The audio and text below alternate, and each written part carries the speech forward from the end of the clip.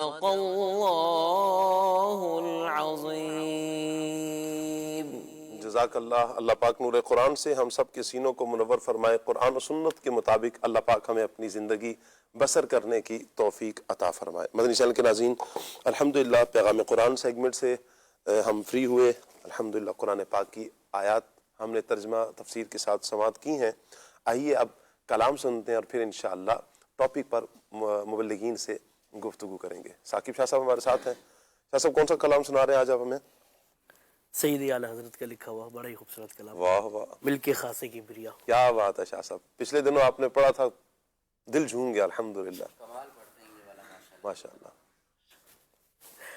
صلو علی الحبیب صلی اللہ تعالی علی محمد صلی اللہ علیہ وسلم۔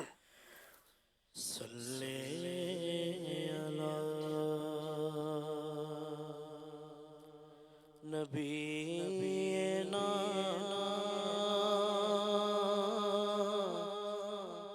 صلی علی محمد صلی علی شفیعنا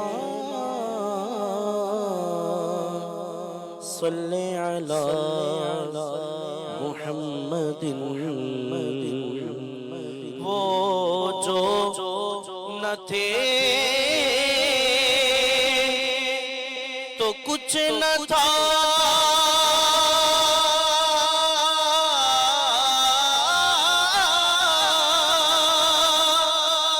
وہ جو نہ ہو تو کچھ نہ ہو، جان ہے وہ جہان کی جان ہے تو جہان ہے۔ صلی علی نبینا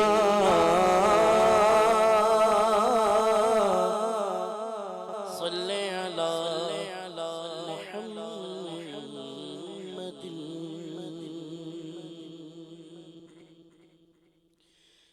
مل کے خاص سے کبریا ہو، مالک ہر ما سوا ہو، مالک ہر ما سوا ہو، کوئی کیا جانے کہ کیا ہو، کوئی کیا جانے کہ کیا ہو، عقل ہم سے برا ہو، عقل ہم سے برا ہو، کنز مخدوم ازل میں، کنز مخدوم ازل میں، در مکنون خدا ہو، در مکنون خدا ہو، سب سے اول سب سے آخر، سب سے اول سب سے آخر، ابتدا ہو انتہا ہو، ابتدا ہو انتہا ہو، بے وسیلے سب نبی تم تھے، وسیلے سب نبی تم تھے، وسیلے سب نبی تم، اصل مقصود خدا ہو، اصل مقصود خدا ہو، بات کرنے کو وضو تھے، پاک کرنے کو وضو تھے، کرنے کو وضو تھے تم نماز سے جا فضا ہو تم نماز سے جا فضا ہو سب بشارت کی آزاد تھے سب بشارت کی آزاد تھے تم ازا کا مدعا ہو تم ازا کا مدعا ہو قبل ذکر ازمار کیا جب قبل ذکر ازمار کیا جب قبل ذکر ازمار کیا جب رتبہ سابق آپ کا ہو رتبہ سابق آپ کا ہو پورے موسیٰ چرخ عیسیٰ تورے موسیٰ چرخ عیسیٰ تورے موسیٰ چرخ عیسیٰ کیا مساوی دنا ہو کیا مساوی دنا ہو سب تمہارے در کے راستے سب تمہارے در کے راستے ایک تم راہ خدا ہو ایک تم راہ خدا ہو سب کی ہے تم تک رسائی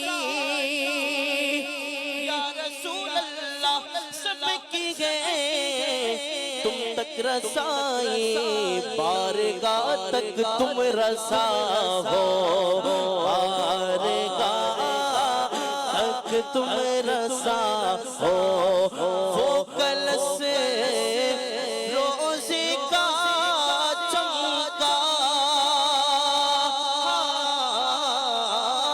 وہ کلس روزے کا چمکا وہ کلس روزے کا چمکا سر جھکا ہو کچھ کھولا سر جھکا ہو کچھ کھولا ہو سب تمہاری ہی خبر تھے سب تمہاری ہی خبر تھے سب تمہاری ہی خبر تھے تم مؤخر مبتدا ہو تم مؤخر مبتدا ہو وہ ترے دولت پہ آئے وہ ترے دولت پہ آئے جھولیاں پھیلاؤ شاہو جھولیاں پھیلاؤ شاہو کیوں رضا مشکل سے ڈریے کیوں رضا مشکل سے ڈریے جب نبی مشکل کشا ہو جب نبی مشکل کشا ہو مل کے خواہ سے کبریا ہو مالک ہر ماں سوا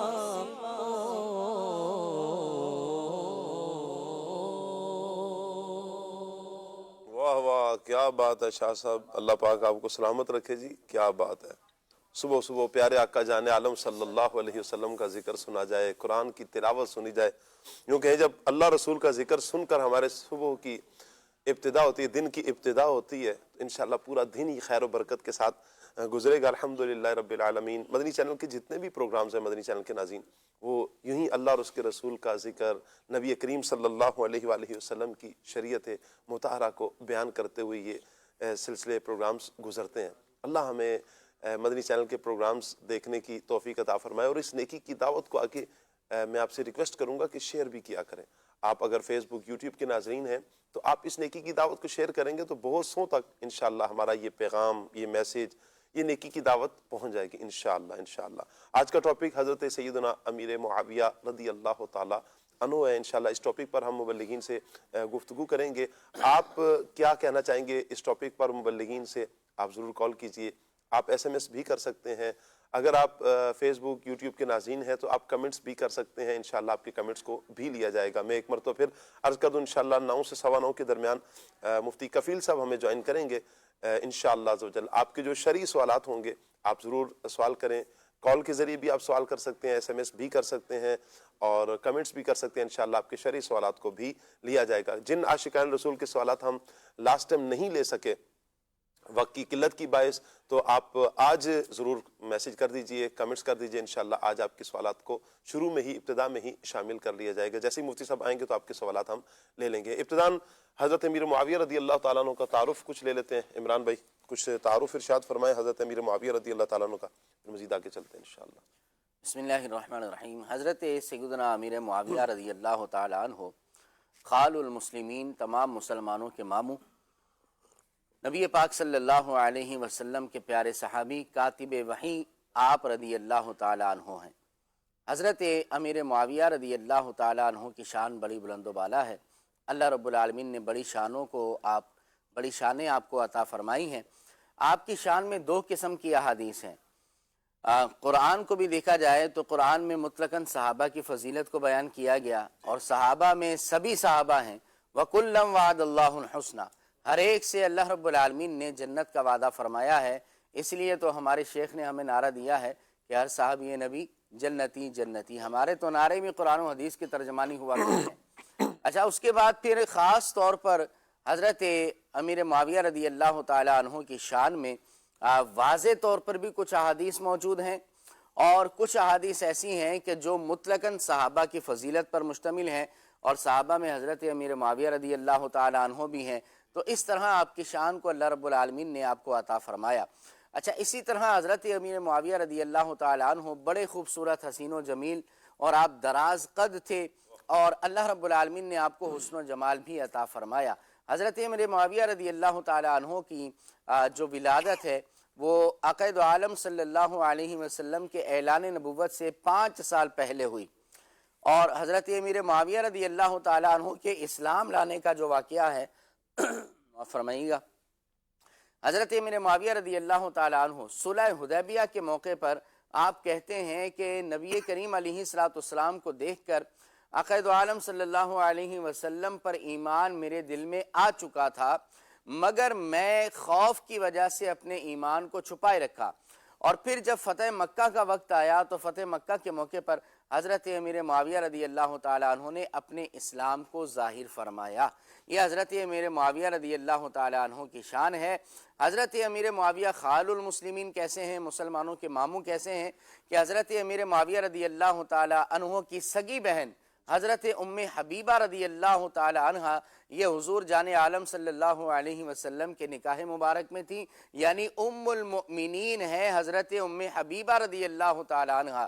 اور آپ کے بھائی جان حضرت امیر معاویہ رضی اللہ تعالی عنہ یہ ہیں, تو یہ ہم سب کے جو ہے اس طرح دیکھا جائے تو خال یعنی ماموں بنتے ہیں.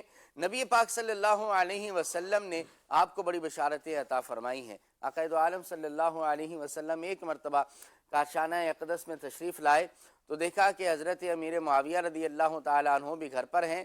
حضرت ام حبیبہ رضی اللہ تعالیٰ عنہ آپ کے سر مبارک میں کنگھی فرما رہی ہیں. اچھا, ہمارے ناظرین کو بھی اس کا تجربہ ہوگا, شاہ صاحب شاید آپ کو بھی ہوگا, کہ مائیں جو ہوتی ہیں نا وہ بچوں کے سروں کو نہیں چھوڑتی ہیں. آؤ جی کنگھی کر دیں, یا پھر کسی کے ہاں جوئیں ہیں, خارش ہو رہی ہے تو چلو بھی لاؤ جوئیں چیک کر لیں, ہیں مختلف طریقوں سے سر کو نہیں چھوڑتی. اچھا, کئی جگہوں پر بہنوں کا بھی یہ حال ہوتا ہے جی, ٹھیک ہے. حضرت امیر معاویہ رضی اللہ تعالیٰ عنہ آپ گھر میں موجود ہیں, اور آپ کی بہن حضرت ام حبیبہ ام المؤمنین رضی اللہ تعالیٰ عنہ آپ کے سر انور کے اندر کنگھی فرما رہی ہیں. نبی پاک صلی اللہ علیہ وسلم تشریف لائے تو یہ ماجرا، یہ معاملہ، یہ محبت بھرا انداز دیکھا تو نبی کریم علیہ السلام نے حضرت ام حبیبہ سے ارشاد فرمایا کہ اے ام حبیبہ کیا تم معاویہ سے محبت کرتی ہو؟ عرض کی یا رسول اللہ یہ میرے بھائی ہیں، بھلا ان سے میں محبت کیوں نہ کروں گی؟ تو نبی کریم علیہ السلام نے حضرت ام حبیبہ کو اس وقت ارشاد فرمایا فَإِنَّ اللَّهَ وَرَسُولَهُ يُحِبَّانِهِ، فرمایا سن لو بے شک اللہ اور اس کے رسول علیہ السلام بھی معاویہ سے محبت فرماتے ہیں۔ واہ واہ کیا بات، اللہ رسول بھی ان سے محبت فرماتے ہیں۔ یہ حضرت امیر معاویہ رضی اللہ تعالی عنہ کی شان ہے، مزید بھی آپ کی شانیں ہیں تو انشاءاللہ سلسلے میں وقتاً فوقتاً بیان۔ کیا بات ہے۔ میں چاہوں گا ایک شعر حضرت امیر معاویہ رضی اللہ تعالیٰ عنہ کی منقبت پر ثاقب بھائی۔ مسلم الثبوت ہے فضیلت معاویہ، مسلم الثبوت ہے فضیلت معاویہ، آیا ہے شمس کی طرح، آیا ہے شمس کی طرح کرامت معاویہ، یا معاویہ یا معاویہ یا معاویہ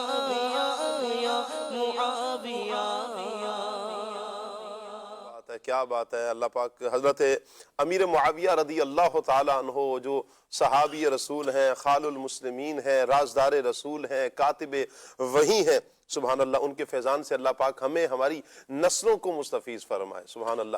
کئی ایک احادیث میں آپ کے فضائل کو بیان کیا گیا، کمالات کو بیان کیا گیا، جیسے ابھی کچھ تو عمران بھائی نے بیان کیا۔ میں چاہوں گا قاسم بھائی مزید کچھ احادیث میں جو حضرت امیر معاویہ رضی اللہ تعالیٰ عنہ کے فضائل بیان کیے گئے، مزید کچھ ارشاد فرمائیں۔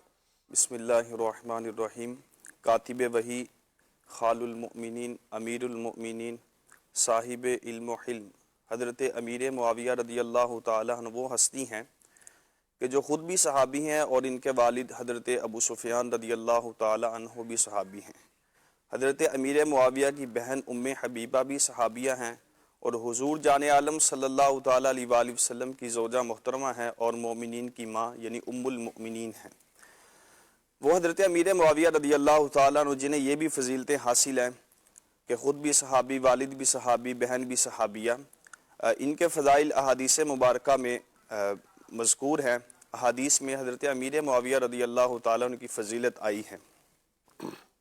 حضور جان عالم صلی اللہ تعالیٰ علیہ وآلہ وسلم کے انتہائی باوفا اور باعتماد صحابہ کرام کہ جنہیں سید عالم صلی اللہ تعالیٰ علیہ وآلہ وسلم قرآن پاک لکھنے کی ذمہ داری سونپتے تھے، انہی صحابہ میں سے ایک صحابی جن کا نام حضرت سیدنا امیر معاویہ رضی اللہ تعالیٰ عنہ بھی ہیں کہ آپ بھی نبی پاک علیہ السلام کے ان صحابہ کرام کے اندر شمار ہوتا ہے آپ کا کہ آپ بھی کتابت قرآن یعنی قرآن پاک لکھتے تھے۔ اسی وجہ سے حضرت امیر معاویہ رضی اللہ تعالی عنہ کو کاتب وحی کہا جاتا ہے۔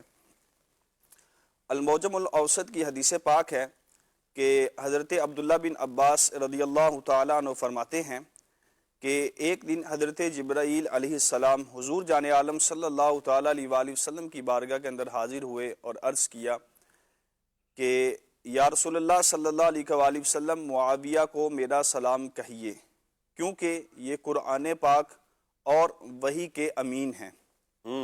اسی طرح ابن عساکر کی حدیث پاک ہے کہ حضور جان عالم صلی اللہ تعالیٰ علیہ وآلہ وسلم نے اپنی زوجہ محترمہ اور حضرت امیر معاویہ رضی اللہ تعالیٰ عنہ کی بہن ام حبیبہ رضی اللہ تعالیٰ عنہ سے ارشاد فرمایا کہ اے ام حبیبہ معاویہ سے محبت کرو، بے شک میں بھی معاویہ سے محبت کرتا ہوں، اور جو شخص حضرت امیر معاویہ سے محبت کرتا ہے میں بھی اس سے محبت کروں گا۔ کیا کمال ہے قاسم بھائی، یہ کتنی زبردست بات ہے کہ نبی کریم صلی اللہ علیہ وسلم محبت فرماتے ہیں، اللہ بھی محبت کرتا ہے جن سے، اللہ کے رسول بھی جن سے محبت کرتے ہیں۔ یعنی آپ دیکھیں حضرت امیر معاویہ رضی اللہ تعالیٰ عنہ کا مقام دیکھیں، حضرت امیر معاویہ رضی اللہ تعالیٰ عنہ کا مرتبہ دیکھیں، آپ کی شان کو دیکھیں، عظمت کو دیکھیں۔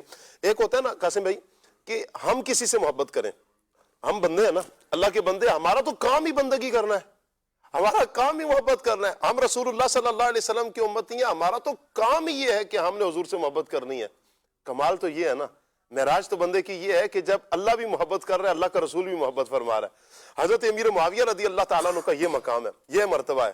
تو ہم کیوں نہ پیار کریں اور کیوں نہ ہم پھر گنگنائیں. سلم الثبوت ہے فضیلت معاویہ، سلم الثبوت ہے فضیلت معاویہ، معاویہ کے پیار سے ہمارا بیڑا پار ہے،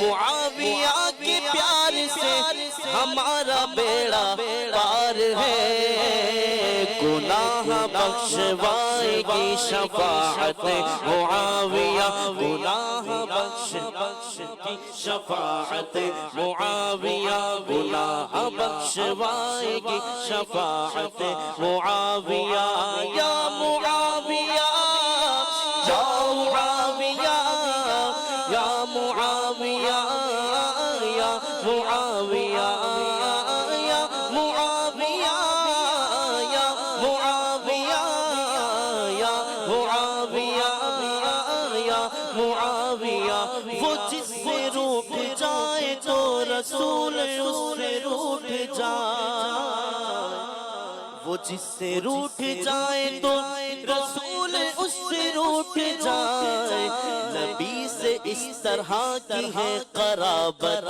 معاویہ، نبی سے اس طرح کی ہے قرابت معاویہ، یا معاویہ یا معاویہ یا معاویہ یا معاویہ۔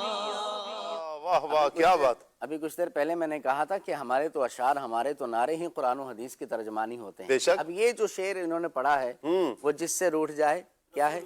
رسول اس سے روٹھ جائے. آپ دیکھیں نا احادیث میں موجود ہے، نبی پاک صحابہ کرام علیہم رضوان کے بارے میں فرماتے ہیں من احبہم فبحبی احبہم، اللہ اکبر. فرمایا جو میرے صحابہ سے محبت کرے گا تو وہ میری محبت کی وجہ سے میرے صحابہ سے محبت کرے گا. یعنی صحابہ کی محبت دلیل محبت رسول ہے. اور فرمایا ومن ابغضہم فبحبی ابغضہم، اور جو میرے صحابہ سے بغض رکھے گا، نفرت کرے گا، ان کو برا کہے گا، فرمایا کہ گویا کہ اس کا مطلب ہے کہ بغض و عداوت اور نفرت معاذ اللہ رکھتا ہے. کہاں تک بات جاتی ہے؟ اگر کوئی بندہ کسی صحابی سے معاذ اللہ نفرت کرتا ہے یا ان کا ذکر خیر کے ساتھ نہیں کرتا ہے، ان سے بغض رکھتا ہے، تو پھر ان کا یہ اس صحابی سے بغض رکھنا یہ تو بغض رسول تک معاذ اللہ پہنچا دے گا. یہ تمامی صحابہ کے لیے ہے. اور حضرت امیر معاویہ رضی اللہ تعالی عنہ، ابن عساکر کی ایک حدیث مبارک آپ کے سامنے شیئر کرتا ہوں. آپ دیکھیں کہ نبی پاک صلی اللہ علیہ وسلم کا دربار لگا ہوا ہے.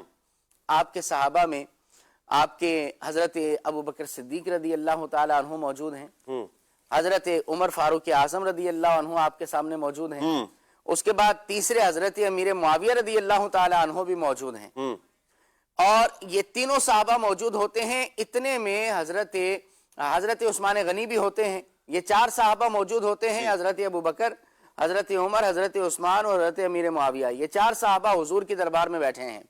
اتنے میں مولا علی شیر خدا کرم اللہ تعالی وجہ الکریم بھی تشریف لے آتے ہیں.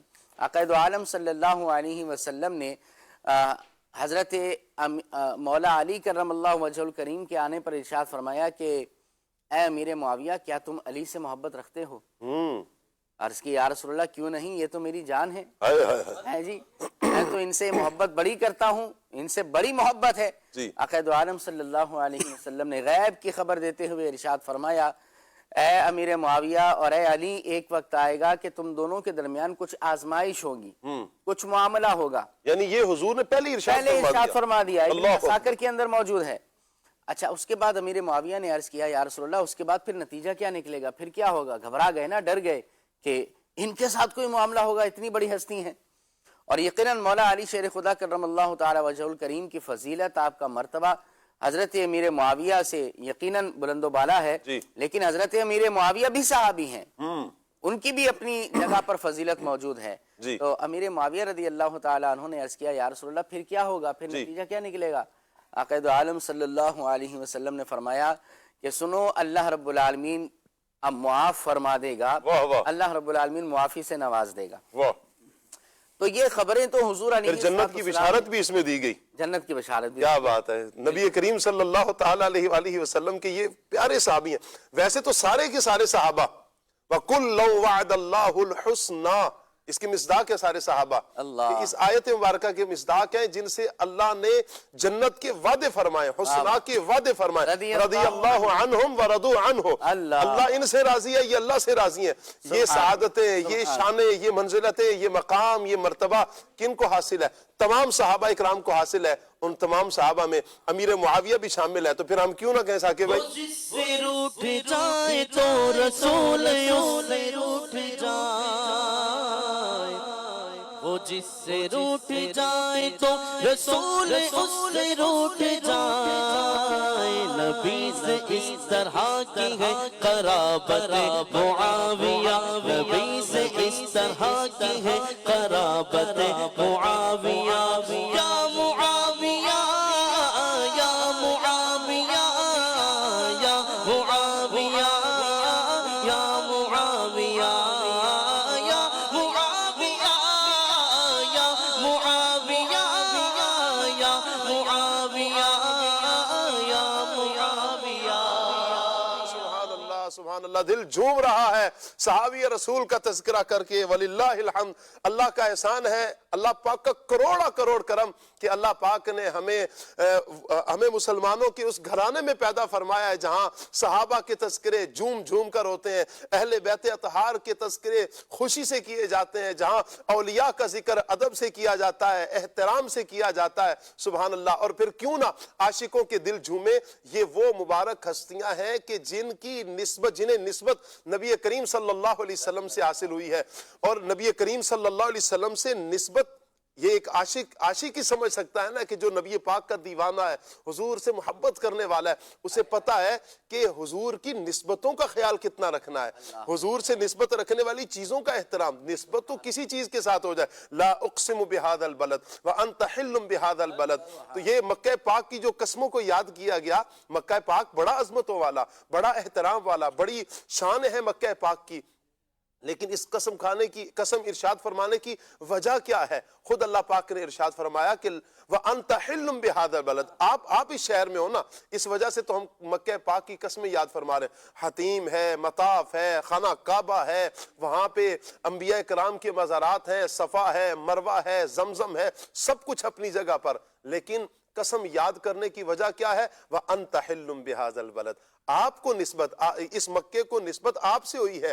تو جب رب تعالیٰ یہ مکہ پاک کی قسم کو یاد فرما رہا ہے، کیوں؟ اس لیے کہ نسبت مصطفیٰ حاصل ہے مکہ پاک کو، تو پھر ہم صحابہ، اہل بیت اور دیگر ان چیزوں کا ذکر کیوں نہ جھوم جھوم کر کریں کہ جنہیں نسبت نبی کریم صلی اللہ علیہ وآلہ وسلم سے حاصل ہے۔ سبحان اللہ۔ حدیث مبارکہ سن رہے تھے قاسم بھائی، حدیث مبارکہ بیان فرما رہے تھے آپ، میں چاہوں گا یہ حدیث جو آپ بیان فرما رہے تھے یہ مکمل ایک مرتبہ پھر سے بیان فرما رہے ہیں، شاید آدھی حدیث ہوئی تھی، جی ایسے دوبارہ مکمل حدیث بیان فرما بسم اللہ الرحمن الرحیم۔ یہ ابن عساکر کی حدیث پاک ہے کہ حضور جان عالم صلی اللہ تعالیٰ علیہ وآلہ وسلم نے اپنی زوجہ محترمہ حضرت ام حبیبہ رضی اللہ تعالیٰ عنہ سے ارشاد فرمایا کہ اے ام حبیبہ، تم معاویہ سے محبت کرو، میں بھی معاویہ سے محبت کرتا ہوں۔ جی۔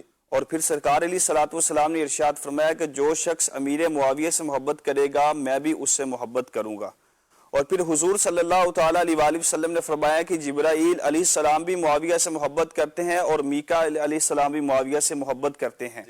اور اے ام حبیبہ، یہ بات سن لو کہ جبرائیل اور میکائیل علیہ السلام کی محبت سے بڑھ کے رب ذوالجلال بھی امیر معاویہ سے محبت واہ واہ واہ واہ واہ واہ۔ اور اگلی حدیث پاک ہے مسند الفردوس کے اندر کہ جس کے اندر حضور جان عالم صلی اللہ تعالیٰ علیہ وآلہ وسلم نے حضرت سیدنا امیر معاویہ کو 3 مرتبہ جنت کی بشارت عطا کیا کی۔ بات ہے، سبحان اللہ۔ حدیث پاک ہے، اس کے راوی حضرت عبداللہ بن عمر رضی اللہ تعالیٰ عنہ ہے، فرماتے ہیں کہ حضور صلی اللہ تعالیٰ علیہ وآلہ وسلم کی مجلس لگی ہوئی ہے اور حضور علیہ الصلوۃ والسلام نے فرمایا کہ آج جو شخص آئے گا وہ جنتی ہوگا۔ صحابہ دیکھتے ہیں کہ اس وقت جو شخصیت آئی ان کا نام حضرت سیدنا امیر معاویہ رضی اللہ تعالیٰ عنہ۔ پھر دوسرا دن ہوا، حضور جان عالم صلی اللہ تعالیٰ علیہ وآلہ وسلم نے پھر ارشاد فرمایا کہ آج جو بندہ مجلس میں آئے گا وہ جنتی ہوگا۔ صحابہ کیا دیکھتے ہیں کہ حضرت سیدنا امیر معاویہ رضی اللہ تعالیٰ عنہ آئے۔ پھر تیسرا دن ہوا کہ حضور علیہ الصلوۃ والسلام نے اپنے صحابہ سے ارشاد فرمایا کہ آج جو شخص آئے گا وہ جنتی ہوگا۔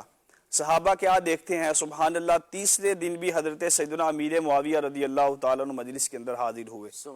اور اگلی حدیث پاک ابن عساکر کی ہے اس کے راوی بھی حضرت عبداللہ بن عمر رضی اللہ تعالیٰ عنہ فرماتے ہیں کہ نبی پاک علیہ الصلاۃ والسلام نے حضرت سیدنا امیر معاویہ رضی اللہ تعالیٰ عنہ کو جنت کی بشارت دی، اور نبی پاک علیہ الصلاۃ والسلام نے ارشاد فرمایا کہ میں اور معاویہ کل بروز قیامت جنت کے دروازے پر ان دو انگلیوں کو ملا کے تشبیہ دی کہ اس طرح ہو گئے، اور حدیث پاک کے الفاظ ہے وَإِنَّكَ تُزَاحِمُنِ عَلَى بَابِ الْجَنَّةِ كَهَاتَيْنِ کہ میں اور معاویہ ان دو انگلیوں کی طرح جنت کے دروازے پر موجود ہوں گے۔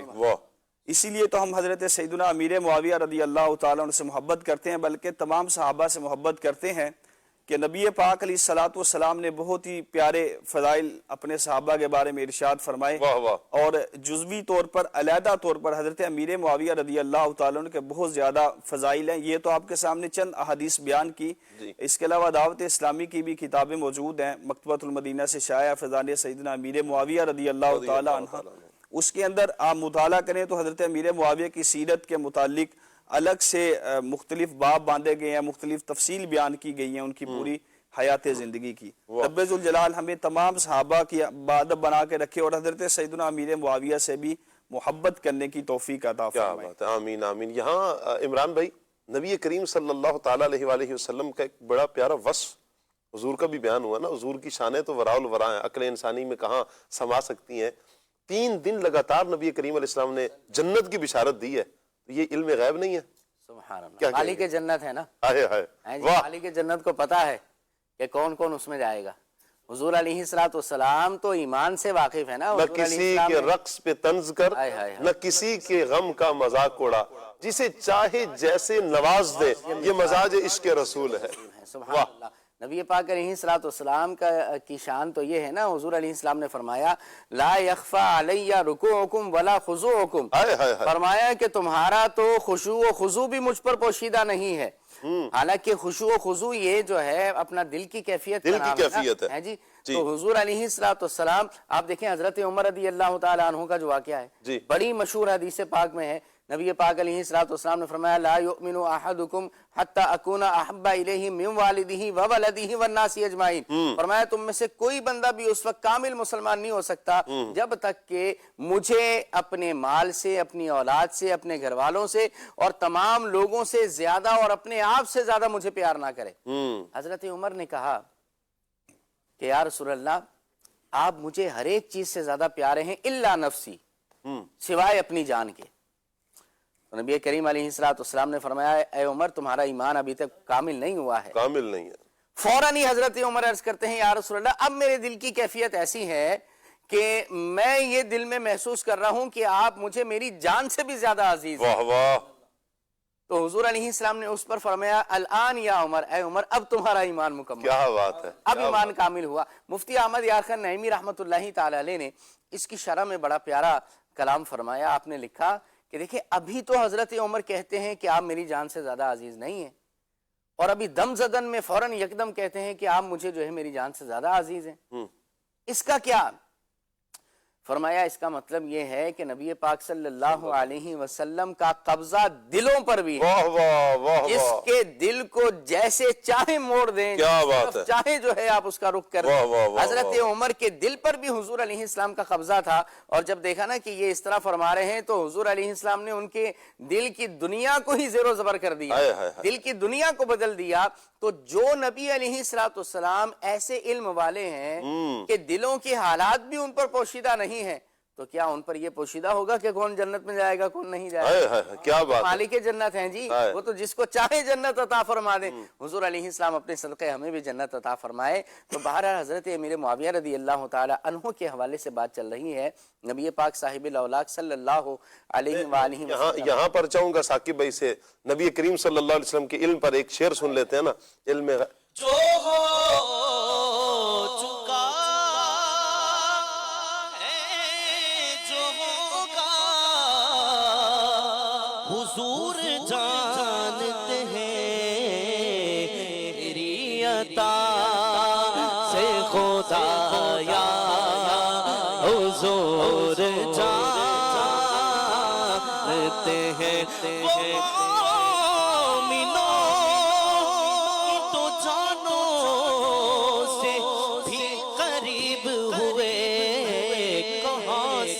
کس نے پکارا حضور جانتے ہیں کہاں سے کس نے پکارا حضور جانتے ہیں. واہ واہ جی. عمران بھائی آپ حضرت امیر معاویہ رضی اللہ تعالیٰ عنہ کے حوالے سے آپ مزید ارشاد فرما رہے ہیں. جی حضرت امیر معاویہ رضی اللہ تعالی عنہ کی شانیں بڑی عرفہ والا ہیں.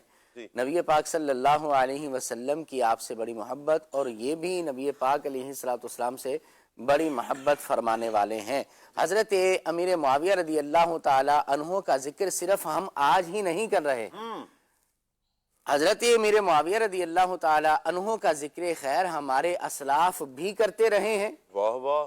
اور تبھی تو کتابوں سے ہوتا ہوتا ہم تک پہنچا ہے. جی. مثال کے طور پر میں آپ کے سامنے غوث اعظم رحمت اللہ تعالی علیہ کے حوالے سے بات کروں. واہ. پیران پیر واہ واہ واہ. غوث اعظم جیلانی رحمت اللہ تعالی علیہ. کیا بات. تو غوث اعظم رحمت اللہ تعالی علیہ کی کتاب ہے اصول الدین. اصول الدین. ٹھیک. اصول الدین غوث اعظم، کیونکہ غوث اعظم تو رائٹر بھی تھے نا، مصنف تھے، بڑی کتابیں آپ نے لکھی ہیں. غوث پاک رحمت اللہ علیہ بہترین مفتی تھے، بہترین عالم تھے، بہترین حافظ تھے، بہترین قاری تھے، بہترین امام تھے. بالکل. تو بہترین اللہ کے عظیم ولی. سبحان اللہ. حسنی اور حسینی ولیوں کے سید سردار ہیں. ولیوں کے سردار ہیں. ولیوں کے کیا سردار بات ہے. ہیں. قدمی ہادی اعلی رقبت کل ولی اللہ کے منصب پر فائز ہیں. واہ واہ. تو غوث اعظم نے کتابیں بھی لکھی ہیں. آپ کی کتاب ایک ہے اصول الدین. اصول الدین کتاب کے اندر حضرت غوث اعظم شیخ عبد القادر جیلانی رحمت اللہ تعالی علیہ نے پورا باب باندھا ہے، باب ذکری خلافتی معاویہ رضی اللہ تعالی عنہ. حضرت امیر معاویہ رضی اللہ تعالی عنہ کی خلافت کے بارے میں پورا باب آپ نے باندھا ہے، اور پھر آپ کی خلافت، آپ کے فضائل و کمالات، آپ کی سیرت کو بیان کیا ہے. جی. غوث اعظم فرماتے ہیں فَإِنَّ خلافت معاویہ رضی اللہ تعالی عنہ ثابتۃ بعد موت علی رضی اللہ تعالی عنہ. کچھ الفاظ اس کے میں نے یاد کیے تھے، وہ میں نے کتاب کے پڑھے. مطلب یہ کہ غوث اعظم رحمت اللہ علیہ نے لکھا کہ مولا علی شیر خدا کرم اللہ تعالی وجہ الکریم کے وصال مبارک کے بعد جب امام حسن رضی اللہ تعالی عنہ نے خلافت حضرت امیر معاویہ کے سپرد کر دی تو پھر آپ نے فرمایا فثابتۃ، تو یہ ثابت ہو چکی ہے. امام حسن کن کے بیٹے ہیں شاہ جی؟ سبحان اللہ. مولا کائنات بھی جانتے ہیں کن کے ہیں جی؟ مولا کائنات علی. اور امام حسین کن کے شہزادے ہیں؟ مولا علی کے. ناظرین آپ بھی جانتے ہیں جی، مولا علی کے جانتے ہیں. دونوں کی رگوں میں مولا علی کا خون چل رہا ہے. واہ واہ. نسبت مولا علی سے ہیں، سیدہ کائنات فاطمہ الزہرا سے ہیں، پھر نبی پاک علیہ السلام سے ہیں، نواسہ رسول ہیں. واہ. نبی پاک علیہ السلام کے ناز بردار ہیں، حضور علیہ السلام کے پیارے ہیں، ناز دلارے ہیں، دونوں ہی ہیں. جی. نبی پاک علیہ السلام کی کیسی نوازشات مولا علی پر اور اسی طرح حضرت امام حسن پر، امام حسین پر رہی ہے. تو یہ ایک الگ سے پورا ٹاپک ہے، پھر کبھی اس کو بیان کریں گے. لیکن آپ دیکھیں، ایک طرف حضرت امام حسین رضی اللہ تعالی عنہ خلافت یزید کے حوالے نہیں کر رہے، دوسری طرف امام حسن رضی اللہ تعالی عنہ خلافت امیر معاویہ کے حوالے کر رہے ہیں. جی. مطلب کیا ہوا؟ مطلب یہ ہوا کہ دونوں کی تربیت تو حسنی ہے، حسینی ہے. دونوں تو مولا علی کی گود میں پلے بڑے ہیں، نبی پاک علیہ السلام کی گود میں پلے بڑے ہیں. لیکن وہاں پر حق حضرت امیر معاویہ کے ساتھ تھا تو امام حسن نے ان کو خلافت سپرد فرما دی. اور کیسی اس وقت حالت تھی. حضرت امام حسن رضی اللہ تعالی عنہ فرماتے ہیں بیدی جبائب العرب، فرمایا میرے ہاتھوں میں، میرے قبضے میں عربوں کی کھوپڑیاں تھیں. آپ چاہتے تو کیا سے کیا ہو جاتا. اللہ اکبر. قتل و غارت گری، معاملات، جنگ، یہ سب ہو سکتا تھا. معاذ اللہ ایسا نہیں تھا کہ امام حسن رضی اللہ تعالی عنہ اس وقت پوزیشن میں کم تھے، معاذ اللہ ثم معاذ اللہ، پھر آپ نے سپرد کر دی. بلکہ آپ نے فرمایا بیدی جباجب العرب، فرمایا کہ میرے ہاتھ میں عربوں کی کھوپڑیاں تھیں. اتنا آپ کو قبضہ تھا، لیکن پھر بھی آپ نے جو ہے نا وہ خلافت امیر معاویہ کے حوالے کر دی. مطلب یہ کہ حضرت امیر معاویہ اس وقت حق پر تھے، لیکن امام حسین نے جو ہے وہ خلافت یزید کے حوالے نہیں کی. مطلب یہ کہ وہ حق پر نہیں تھا. ورنہ اتنا بڑا مارکا نہ ہوتا اگر یزید حق پر ہوتا. تو ہم نے یہ اصول اس کو دیکھ کر بنایا. ہمارے علماء نے بزرگوں نے بیان کیا کہ جس سے نواسۂ رسول صلح کریں ہم اس سے کبھی جنگ نہیں کر سکتے ہیں جی, اور جس سے نواسۂ رسول جنگ کریں اس سے کبھی ہم صلح نہیں ہو سکتی. یہ فیصلہ کر دیا انہوں نے. واہ واہ واہ واہ. حسن کے دست پاک سے بنے خلیفہ رسول, حسن کے دست پاک سے بنے خلیفہ رسول, رضائے آل مصطفیٰ خلافت معاویہ, رضائے آل مصطفیٰ خلافت معاویہ, رضائے آل مصطفیٰ خلافت معاویہ.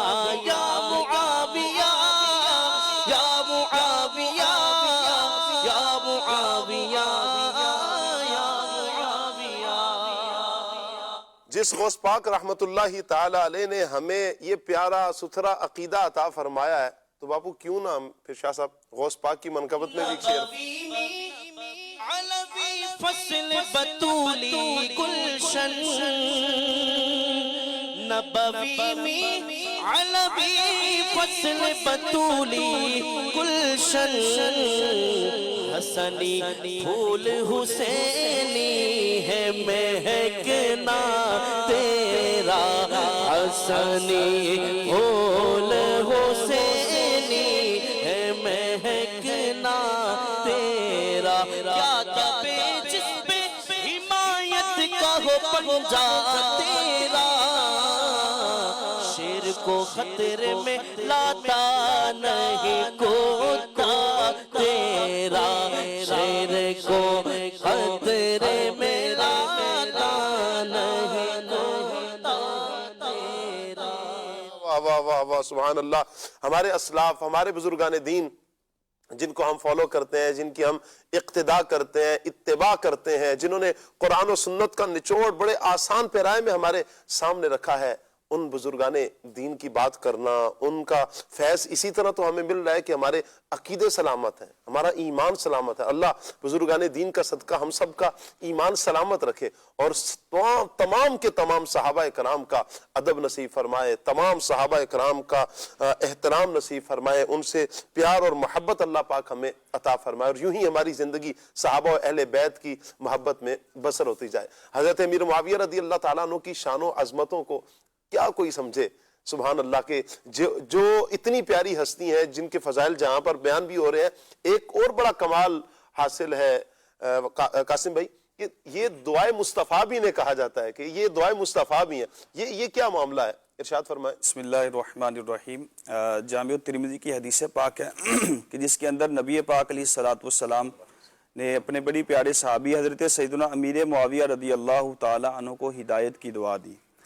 نبی پاک علیہ الصلوۃ والسلام نے فرمایا اللہم اجعلہ ہادیا مہدیا واہدی بہ, اے اللہ امیر معاویہ کو ہادی یعنی ہدایت دینے والا, مہدی یعنی ہدایت یافتہ, اور اس کے ذریعے لوگوں کو ہدایت دے, جی یہ بنا دے. اب یہ حضرت امیر معاویہ رضی اللہ تعالیٰ عنہ کے بارے میں کہا بھی جاتا ہے کہ دعائے مصطفیٰ کا ثمرہ, کہ حضور علیہ الصلوۃ والسلام نے انہیں ہادی مہدی کی دعا دی. اب یہاں پر ایک بات ذہن نشین کرتے ہیں مدنی چینل کے ناظرین کہ پیارے آقا صلی اللہ تعالیٰ علیہ وآلہ وسلم ایسی ہستی ہے کہ جن کی تمام دعائیں قبول ہوتی ہیں, مستجاب الدعوات ہیں. جی حضور علیہ الصلوۃ والسلام کے اگر ذہن کے اندر یہ بات آتی ہے کہ قبلہ تبدیل ہو جائے تو رب ذوالجلال قبلہ تبدیل واہ واہ واہ واہ, اور آقا علیہ الصلوۃ والسلام کی یہ شان ہے کہ اگر سرکار علیہ الصلوۃ والسلام ہاتھ کا اشارہ کرے تو چاند کے 2 ٹکڑے ہو جائیں, اور اگر حضور علیہ الصلوۃ والسلام دعا کریں تو رب ذوالجلال ڈوبا ہوا سورج واپس پلٹا دے.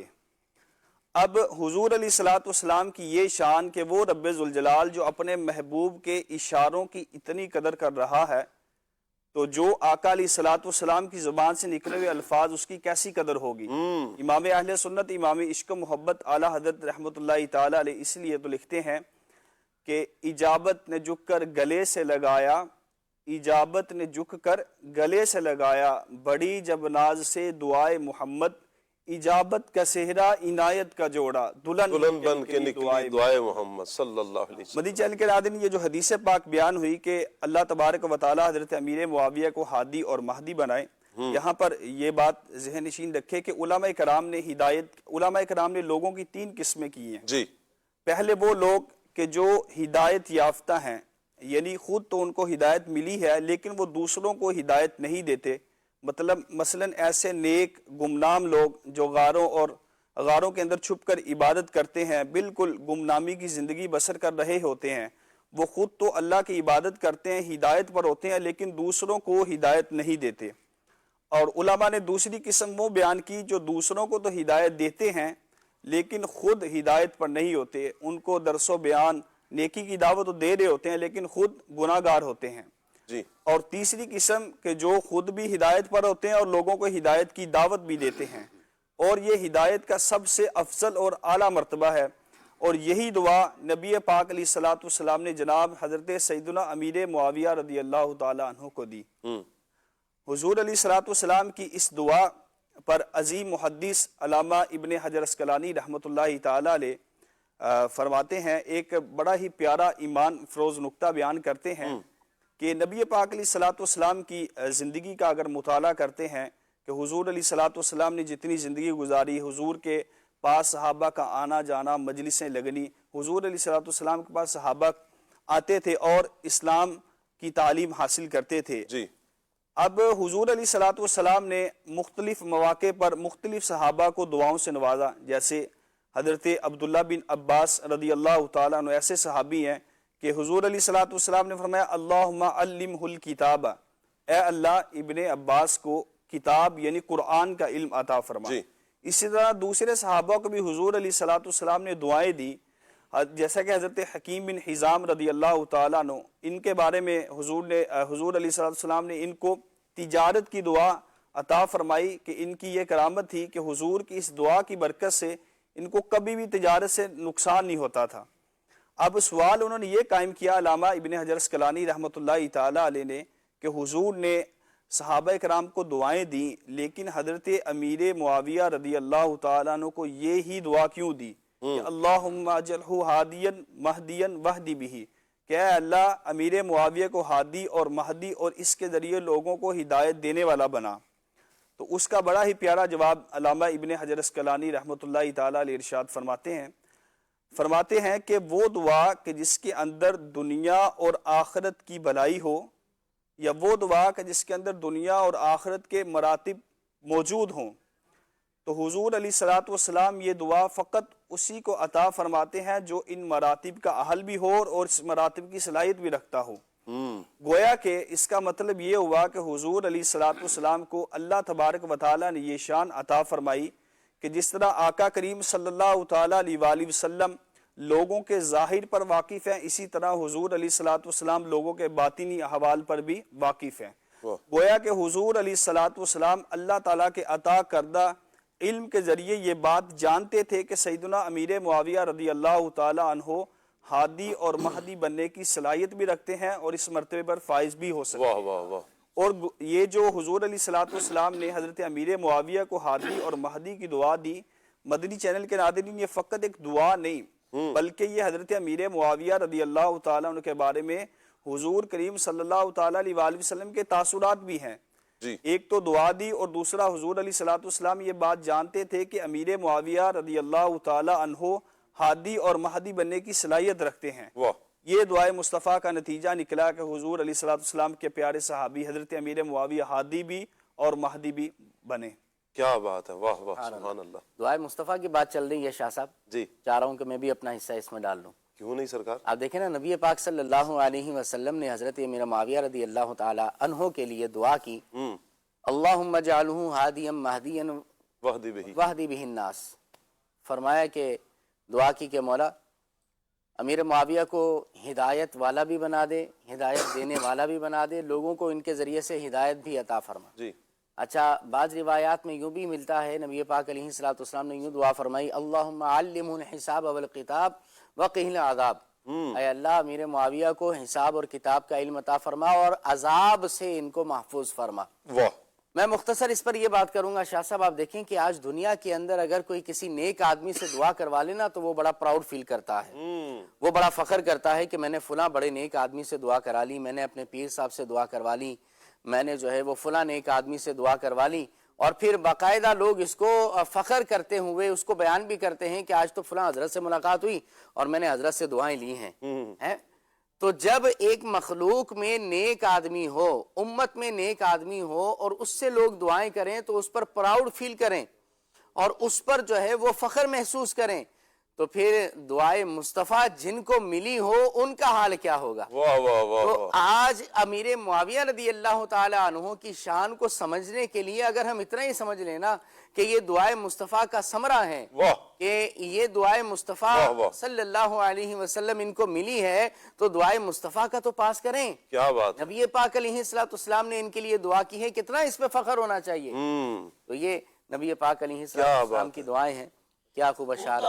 کی رضا چاہتے ہیں تو عالم خدا چاہتا ہے، رضا محمد اجابت کا صحرا، عنایت کا جوڑا، دلہن بن کے نکلی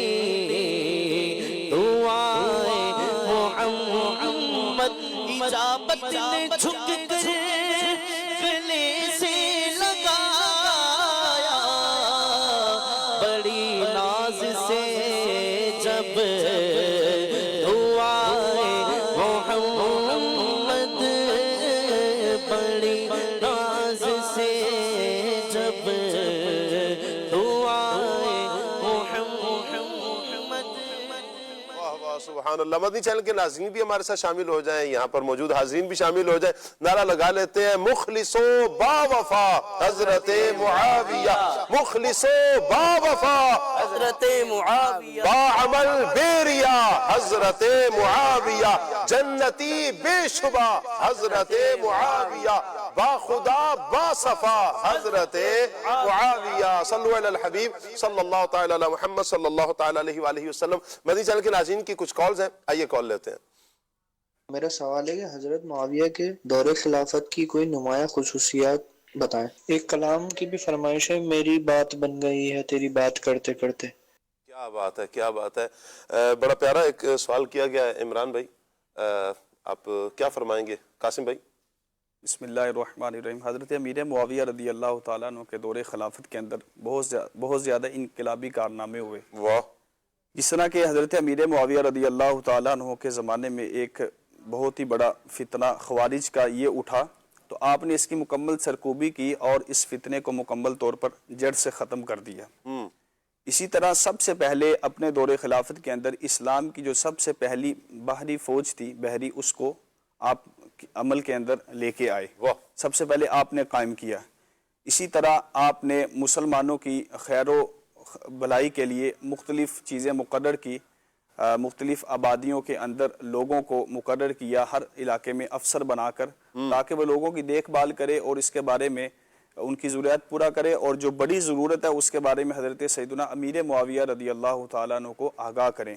اور اسی طرح جب آپ نے باہری فوج کا قیام کیا تو آپ نے سمندر کے قریب ہی، ساحل سمندر کے قریب ہی ایک کارخانہ قائم کیا، کہ جس کے اندر آپ نے جو باہری جہاز بنتے ہیں ایک کارخانہ قائم کیا، تاکہ جلدی ہی وہاں پر لوگوں کے جو اسلام کے لیے باہری جہاز بنیں گے وہ تعمیر ہوں، اور ساحل سمندر کے قریب ہی لوگوں کی رہائش کا انتظام کیا۔ اس کے علاوہ اور بھی انقلابی کارنامے ہیں حضرت سیدنا امیر معاویہ رضی اللہ تعالیٰ عنہ کے۔ کیا بات ہے، چلے جی اگلی کال لیتے ہیں ہم۔ عمران مدنی بھائی، آپ سے یہ سوال ہے کہ امیر معاویہ رضی اللہ تعالیٰ عنہ دین اسلام کے لیے کہاں پر ہجرت کر کے گئے تھے، اس بارے میں کچھ مدنی پھول ارشاد فرمائے، اور ان کو کاتب وحی کیوں کہا جاتا ہے، اس بارے میں بھی مدنی پھول ارشاد فرمائے۔ کیا بات ہے جی، حضرت امیر معاویہ رضی اللہ تعالی عنہ کو کاتب وحی کیوں کہا جاتا ہے، اور ہجرت کر کے کہاں گئے؟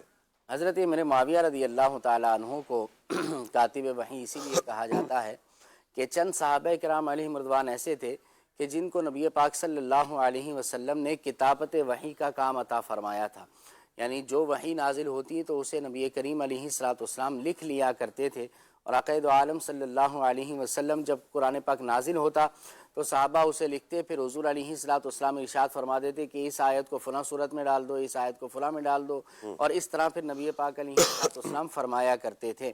اگرچہ ایک جلد کے اندر جس طرح قرآن پاک آج ہمارے سامنے موجود ہے، اس طرح تو اس دور کے اندر نہیں تھا۔ اس دور کے اندر پتوں پر اور دیگر کچھ چیزوں پر قرآن کو لکھا جاتا تھا۔ البتہ یہ ہے کہ کتابت وحی کا کام اس وقت میں موجود تھا، اور حضرت امیر معاویہ رضی اللہ تعالیٰ عنہ بھی کاتب وحی تھے، یعنی وحی کو لکھا کرتے تھے، اس لیے آپ کو کاتب وحی کہا جاتا ہے۔ اور یہ کوئی عام منصب نہیں ہے، یہ کوئی عام منصب نہیں ہے کتابت وحی کا، کیونکہ عظیم ترین منصب اور اتنا اعتماد رکھنا، چونکہ یہ قرآن کا معاملہ ہے نا، بالکل قرآن کا معاملہ ہے، پھر اس میں ہر کسی بندے کو تو ایڈ نہیں کیا، جس پر یعنی سب سے زیادہ یعنی اعتماد ہو اور بہترین اعتماد ہو، پھر جو اس کا اہل ہو، نبی کریم صلی اللہ علیہ وسلم نے ان افراد کا انتخاب فرمایا۔ بالکل ایسا ہی ہے۔ دیکھیں اعتماد تو صحابہ کرام سب پر ہی ہے۔ سبھی پر تھا، جی جی نبی پاک علیہ الصلوۃ والسلام کے سارے صحابے سچے اور سچے ہیں، جی ہاں۔ لیکن بات یہ ہے کہ کتابت وحی کا منصب ملنا یہ ایک مطلب ایک اور اہم کام ہے، جو فضیلت ہے نبی پاک علیہ الصلوۃ والسلام نے حضرت امیر معاویہ رضی اللہ تعالیٰ عنہ کو عطا فرمائی۔ آپ نے بھی اپنے ڈاکومنٹس دنیا میں کرنے ہوتے ہیں نا، کچھ عام جی اہم کام ہوتے ہیں، اہم کچھ امپورٹنٹ ڈاکومنٹس وغیرہ ہوتے ہیں، ہر ایک کے ہاتھ میں نہیں تھما دیتے ہیں جی، وہ کسی بااعتماد وکیل پر یا کسی اچھے بھروسے والے آدمی سے وہ کام کرواتے ہیں۔ تو نبی پاک علیہ الصلوۃ والسلام کا بھروسہ تو تمامی صحابہ پر ہے، لیکن کتابت کا جو منصب اور فضیلت جہاں دیگر چند صحابہ کو عطا فرمایا، ان میں حضرت امیر معاویہ رضی اللہ تعالیٰ عنہ بھی ہیں، اور گویا کہ ان کا ہم پر احسان ہے جی۔ آج جو قرآن کریم ہمارے سامنے موجود ہے، یہ انہوں نے لکھا ہوگا، پھر یہ بڑھتے بڑھتے بڑھتے یہ کسی نہ کسی طرح ہم تک پہنچا ہے، اور اللہ رب العالمین نے اس کی کتاب کی، قرآن کی حفاظت کا ذمہ جو ہے وہ خود اپنے ذمہ کرم پر لیا ہے۔ تو بہرحال حضرت امیر معاویہ کے جہاں ہم پر دیگر بڑے احسانات ہیں، تو ان کا ایک احسان یہ بھی ہے کہ آپ کاتب وحی تھے، اور ان کی بزرگی کی فضیلت اور ان کی بدولت گویا کہ قرآن ہم تک پہنچا ہے۔ کیا بات ہے۔ اگلی کالر ہے ہم شہر یار اتاری دندہ شاہ بلال سے عرض گزار ہوں۔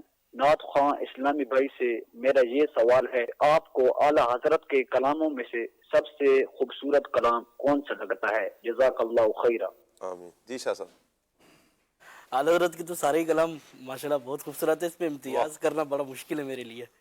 ہر کلام ایک سے بڑھ کر ایک، اور بس کلام کے اشعار وہ ایک سے بڑھ کر ایک ہیں، کیا بات ہے، اس پہ امتیاز بہت مشکل ہے۔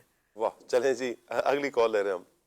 میرا نام عبداللہ احمد ہے، میں جلال پور جٹا سے بات کر رہا ہوں۔ میری نعت خواں اسلامی بھائی سے گزارش ہے کہ مجھے یہ والا کلام سنا دیں۔ میں لج پالاں دے لاڑے لگیاں، میرے تو غم پرے رہندے۔ اچھا باپو، یہ ایک سوال اور تھا کہ حضرت امیر معاویہ رضی اللہ تعالیٰ عنہ نے ہجرت کس طرف کی؟ جی جی، وہ کالر نے اس وقت یہ بھی کہا تھا، بیان نہیں کر سکے۔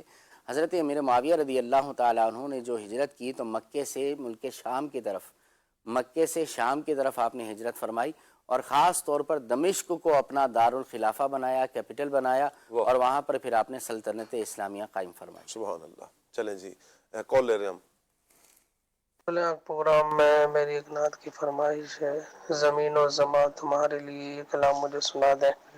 کیا بات ہے۔ چلیں جی مفتی صاحب کی بھی زیارت ہو رہی ہے، آئیے مفتی صاحب کو ویلکم کرتے ہیں جی، مرحبا کہہ رہے ہیں۔ السلام علیکم ورحمۃ اللہ وبرکاتہ۔ ماشاء اللہ ماشاء اللہ۔ السلام علیکم۔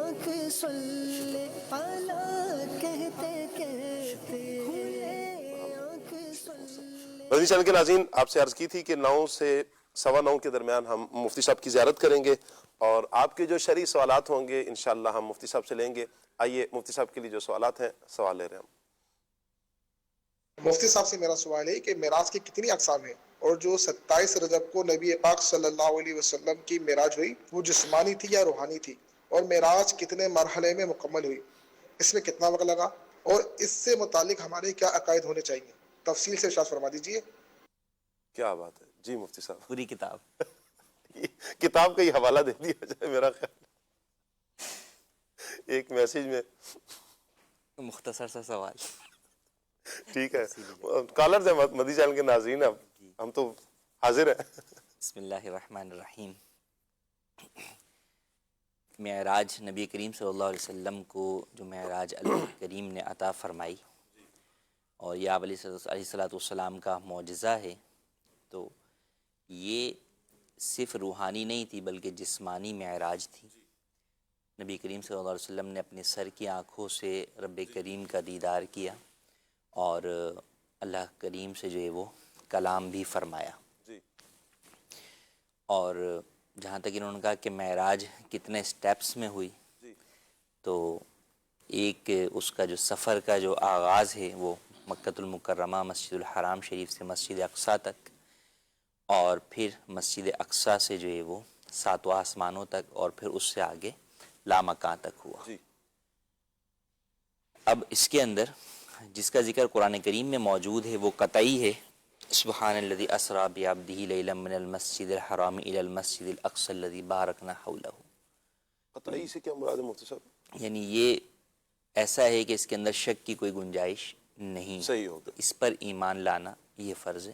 صحیح، اس کا انکار جو ہے وہ کفر ہے، کیونکہ قرآن کریم کی آیت طیبہ کا انکار ہے، اور جو اس سے آگے کی معراج کے سٹیپس ہیں وہ احادیث طیبہ سے جو ہے وہ ثابت ہیں، بہرحال ان کے اوپر بھی ایمان لانا چاہیے، اگرچہ انکار کی صورت میں بعض صورتوں میں گمراہی کا حکم یا بعض صورتوں میں خطا کا حکم جو ہے وہ ہوتا ہے۔ مزید اس حوالے سے تفصیل جاننا چاہیں تو مکتبۃ المدینہ کی کتاب ہے فیضان معراج، اس کا جو ہے وہ مطالعہ کر لیں، اور دارالفتاء اہل سنت کی ویب سائٹ کے اوپر بھی معراج سے متعلق کئی فتاوی موجود ہیں، انہیں ملاحظہ کیا جا سکتا ہے۔ روحانی یا جسمانی کا بھی ایک، سب سے پہلے ہی میں نے اس کا جواب دیا کہ معراج جو ہے وہ جسمانی تھی، کیونکہ میں روحانی عرض کرنا چاہ رہا ہوں یہ کانسیپٹ کیا ہے مفتی صاحب، روحانی جسمانی، کیا یہ دونوں ہی ذکر ملتے ہیں ہمیں؟ روحانی کا بھی ملتا ہے، جسمانی کا بھی ملتا ہے؟ جسمانی کا تو چلے آپ نے ارشاد فرما دیا نا جی، روحانی تو یعنی یوں کہ خواب کے اندر جو ہے وہ دیدار ہوا، جی، تو خواب میں دیدار تو کئی بار ہوا، اور خواب میں دیدار تو اللہ کریم کا جو خواب میں دیدار ہے وہ تو نبی کریم صلی اللہ علیہ وسلم کی امت کے اولیاء تک کے لیے ثابت ہے۔ تو اصل تو معجزہ ہی یہی تھا کہ جو چیز دوسروں کے لیے ممکن جو ہے وہ نہیں ہے، تو اللہ پاک کا جو دیدار سر کی آنکھوں سے ہے یہ نبی کریم صلی اللہ علیہ وسلم کے ساتھ خاص ہے کہ دنیا میں یہ دیدار کسی بھی نبی کو نہ ہوا، نہ کسی ولی کو ہوا۔ اچھا مفتی صاحب، یہ بھی کہا جاتا ہے کہ جب یہ بیان کیا گیا نبی پاک علیہ السلام نے جب اگلے دن میں بیان فرمایا تو کچھ لوگ فتنے میں بھی مبتلا ہوئے ہیں، کیا ایسا بھی تھا کہ یہ واقعہ سن کر یہ کیسے ممکن ہے کچھ فتنے میں جب مبتلا آپ ہوئے؟ علیہ السلام نے یہ واقعہ بیان کیا کفار مکہ کو بطور معجزہ، تو انہوں نے یہی انکار کیا سب سے پہلے۔ اچھا، جو آسمانی چیزیں تھیں وہ تو بات کی تھی، وہ تو اسی بات پہ شک میں آ گئے نا کہ زمینی جو فاصلہ ہے مسجد حرام سے مسجد اقصیٰ تک کا، یہ کیسے ممکن ہو گیا کہ رات کے ایک پہر میں آپ گئے بھی اور واپس بھی آ گئے آپ۔ تو انہوں نے تو ابتدائی طور پہ، چونکہ کفار تو اللہ کریم کے ہی جو ہے وہ منکر تھے، یا جو جنت دوزخ ان چیزوں کے تو منکر تھے، ان چیزوں کو مانتے ہی نہیں تھے، تو ان کے انکار کی تو بات ہی نہیں آئی۔ انہوں نے تو جو فرسٹ سٹیپ تھا اسی کا انکار کر دیا، جس کا قرآن کریم میں بھی جو ہے وہ ذکر ہے۔ تو پھر اس کی جب انہوں نے یہی بات لے کر وہ، کیونکہ انہوں نے اس چیز کو تولا کس چیز کے اوپر، عقل کے اوپر، لاجک کے اوپر، کہ یہ کیسے ممکن ہے، اور وہ یہی بات لے کے حضرت ابوبکر صدیق رضی اللہ تعالیٰ عنہ کے پاس گئے کہ دیکھو تم اپنے جو ہے وہ صاحب کو، اپنے دوست کو جو ہے وہ اتنا عقل مند کہتے ہو اور ان پر ایمان لاتے ہو، تو وہ تو دیکھو آج یہ دعویٰ کر رہے ہیں کہ وہ راتوں رات گئے بھی مسجد اقصیٰ اور جو ہے وہاں سے واپس بھی جو ہے آ گئے۔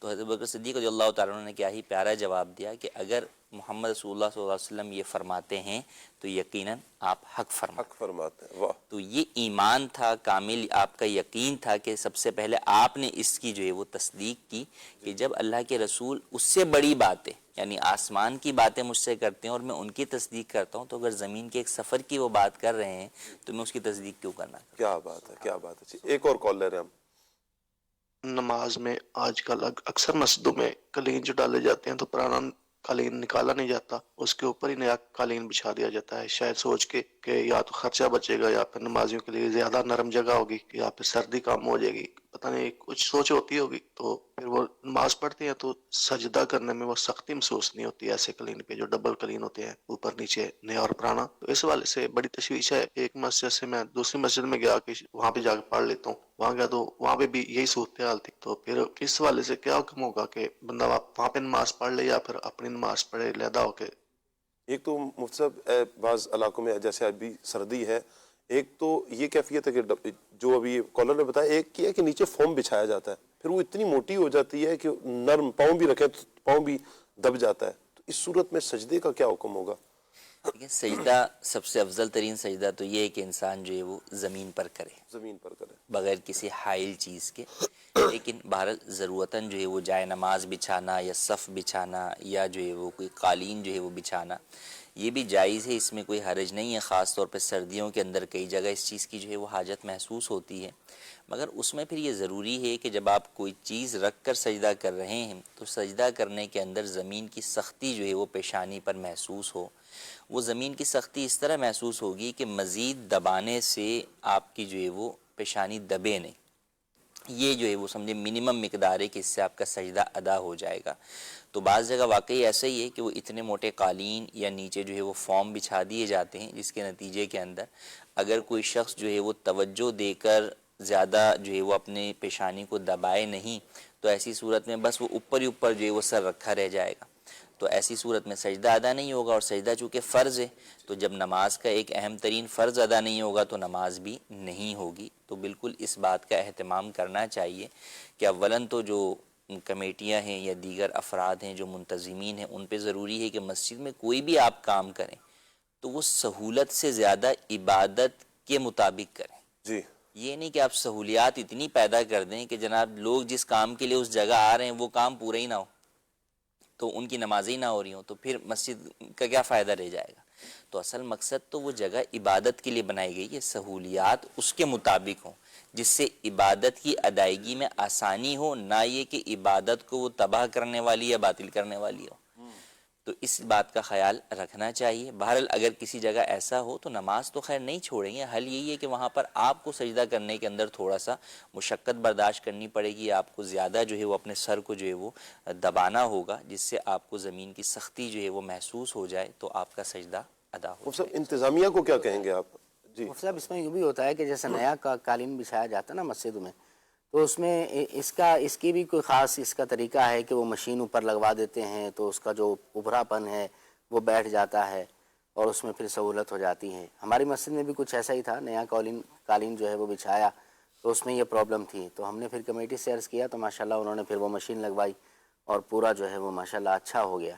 تو قالین تو ہونا مسجد میں اچھا ہے کہ اس کی خوبصورتی بھی ہوتی ہے اور پھر نمازیوں کے لیے سہولت بھی ہے، لیکن جیسے مفتی صاحب نے فرمایا کہ اس کے تقاضوں کو دیکھ لیا جائے شرعی حوالوں سے بھی تو اس کو دیکھ کر اس کے مطابق کیا جائے تو اچھا ہے. کیا بات ہے. میں یہی عرض کرنا چاہ رہا تھا کہ مفتی صاحب انتظامیہ کو اس حوالے سے آپ کیا کہیں گے؟ جو کہ مین تو کرتا دھرتا یہ ہوتا ہے، ایک تو انتظامیہ، دوسرا امام پر بھی کچھ چیزیں تو ذمہ داری عائد ہوتی ہوگی کہ جب اس طرح کی کیفیت دیکھتے ہیں تو نمازیوں کو پھر بتائیں تو صحیح کہ آپ کے سجدے کا کیا حکم ہو، گاہے بگاہے کہیں نہ کہیں ذکر کرتے رہیں. دیکھیں انتظامیہ پر تو واقعی لازم ہے کہ وہ اس بات کا اہتمام کریں کہ مسجد میں کوئی بھی ایسا کام کرنے جا رہے ہیں تو اس چیز کی سب سے پہلے شرعی رہنمائی کہ وہ کام کرنا جو ہے وہ مسجد کے حق میں، نمازیوں کے حق میں بہتر ہے یا نہیں، تو پہلے اس کی شرعی رہنمائی جو ہے. اور شرعی رہنمائی کا دیکھیں سب سے قریبی ترین جو ذریعہ انتظامیہ کے پاس ہوتا ہے وہ امام مسجد ہی ہوتا ہے جی اور ان کا یہ فرض بھی بنتا ہے کہ وہ امام مسجد سے رہنمائی لے کر ہی چلیں. اور امام مسجد کو بھی چاہیے کہ اگر بہرحال کوئی ایسا معاملہ ہو جس کے اندر انتظامیہ نے رہنمائی نہیں لی اور انہیں یہ محسوس ہو رہا ہے کہ بھئی یہ چیز جو ہے وہ میرے نمازیوں کی نماز کو خراب کرنے والی ہے تو وہ انتظامیہ کی توجہ دلائیں اور اس چیز سے جو ہے وہ انہیں روکیں حتی الامکان. اور اگر بالفرض کہیں ایسا ہو کہ جناب امام مسجد کی سنی نہ جا رہی ہو تو پھر بہرحال وہ مسئلہ بھی جو ہے وہ بیان کرے گا کہ بھئی یہاں پر جو ہے وہ اگلی صف کے اندر جو ہے وہ ڈبل ہو گئی ہے قالین تو وہاں پر سجدہ کرنے میں اس بات کا خیال کریں. جہاں تبدیلی ممکن نہ ہو، جہاں ممکن ہے تو وہاں ضروری ہے کہ وہ مسجد انتظامیہ کی اصلاح کریں اور ان کو یہی بات سمجھائیں اور کہیں کہ بھئی آپ کوئی بھی سہولت پیدا کر رہے ہیں تو اس میں اس بات کو ضرور پیش نظر رکھیں کہ اس سے عبادت کی ادائیگی میں خلل واقع نہ ہو. ٹھیک ہو گیا. کال لے رہے ہیں ہم. مفتی صاحب یہ ارشاد فرمائے کہ اسلام کی بنیادی عقائد کون سے ہیں جن کی بنیاد پر ایمان باقی رہتا ہے؟ اسلام کے بنیادی عقائد جن پر ایمان باقی رہتا ہے. دیکھیں بنیادی عقائد ضروریات دین بھی کہیں گے مفتی صاحب؟ جی بالکل ضروریات دین بھی جو ہے وہ کہیں گے. بنیادی عقائد اللہ کریم نے قرآن کریم میں جو بیان فرمائے وہ تو دیکھیں 2-3 ہی ہیں. ایک توحید اور رسالت ہے، توحید اور رسالت. اور پھر اسی سے متعلق جس چیز کی طرف زیادہ توجہ دلائی گئی وہ ہے آخرت پر ایمان. جی. تو یہ تین چیز جو ہے وہ آپ بالکل بیسک جو ہے وہ کہیں. پھر ان سے جڑے ہوئے بہت ساری چیزیں ہیں جیسے کتاب اللہ پر ایمان لانا، فرشتوں پر ایمان لانا اور دیگر بہت ساری چیزیں جو کتاب اللہ میں بیان ہوا اس کے اوپر ایمان لانا. پھر بہت ساری وہ چیزیں ہیں جو کہ فرائض دین میں سے ہیں ان پر ایمان لانا، نماز پر جو ہے وہ ایمان لانا. تو یوں پھر اس کی وسعت. لیکن یہ سب جتنے بھی ارد گرد کے آپ وہ عقائد نظر آئیں گے وہ در حقیقت جو ابتدائی دو عقیدے ہیں توحید و رسالت. جی. جو آخرت کا ہے اس کو الگ سے اسپیشلی بیان کیا جاتا ہے کیونکہ بعض ایسے لوگ تھے یا کفار تھے جو اللہ پر تو ایمان رکھتے تھے کسی نہ کسی انداز میں، اس انداز میں نہیں یا اس نظریے کے مطابق نہیں جو کہ مسلمان کا تھا یا اسلام کا تھا، لیکن وہ آخرت کے منکر تھے. تو اس لیے اس کو الگ سے جو ہے وہ بیان کیے گا. ورنہ جو اللہ پر ایمان رکھتا ہے تو وہ آخرت پر بھی جو ہے وہ یقین جو ہے وہ رکھے گا کہ وہ اسے اللہ نے جو ہے آج مجھے پیدا کیا ہے تو آخرت میں بھی دوبارہ جو ہے وہ مجھے زندہ فرمائے گا اور حساب و کتاب ہوگا اور جزا اور سزا ہوگی. پھر اسی سے متعلقہ چیزیں ہیں. جب جزا سزا کی طرف جائیں گے تو جزا کے بدلے میں جنت ہے اور سزا کے بدلے میں جو ہے وہ جہنم ہے، تو ان پر ایمان جو ہے وہ اس کا حصہ جو ہے وہ ہوگا. تو یوں جو ہے وہ بنیادی جو ضروریات دین ہیں ہر چیز کے اوپر ایمان لانا مسلمان کے لیے ضروری ہے. ضروریات دین سے مراد ہر وہ چیز جس کا دین سے ہونا ہر عام اور خاص مسلمان کو معلوم ہے. جیسے نماز تو ہر مسلمان جانتا ہے کہ بھئی نماز فرض ہے. کوئی بھی مسلمان اگرچہ وہ نماز پڑھتا نہ ہو، وہ مرد ہو یا عورت ہو، وہ چاہے گاؤں میں رہتا ہو، دیہات میں رہتا ہو، شہر میں رہتا ہو، کہیں بھی رہتا ہو، وہ یہ بات جانتا ہے کہ نماز فرض ہے. تو اب اگر کوئی شخص نماز کا انکار کر دیتا ہے یا معاذ اللہ جنت دوزخ کا انکار کر دیتا ہے تو ایسی صورت کے اندر وہ دائرہ اسلام سے جو ہے وہ خارج ہو جاتا ہے. پھر انکار جو ہے وہ دو طرح کا ہوتا ہے. ایک یہ کہ آپ جو ہے وہ ڈائریکٹ انکار کرتے ہیں اور ایک یہ کہ آپ اس چیز کا جو ہے وہ مذاق اڑاتے ہیں، استہزاء کرتے ہیں. تو دینی چیزوں کا استہزاء کرنا، ان کا مذاق اڑانا بھی یہ گویا کہ ان چیزوں کی آپ کی نظر میں کوئی ویلیو اور اہمیت نہیں ہے. جی. تو یہ چیز بھی جو ہے وہ انسان کو دائرہ اسلام سے خارج کر دیتی ہے.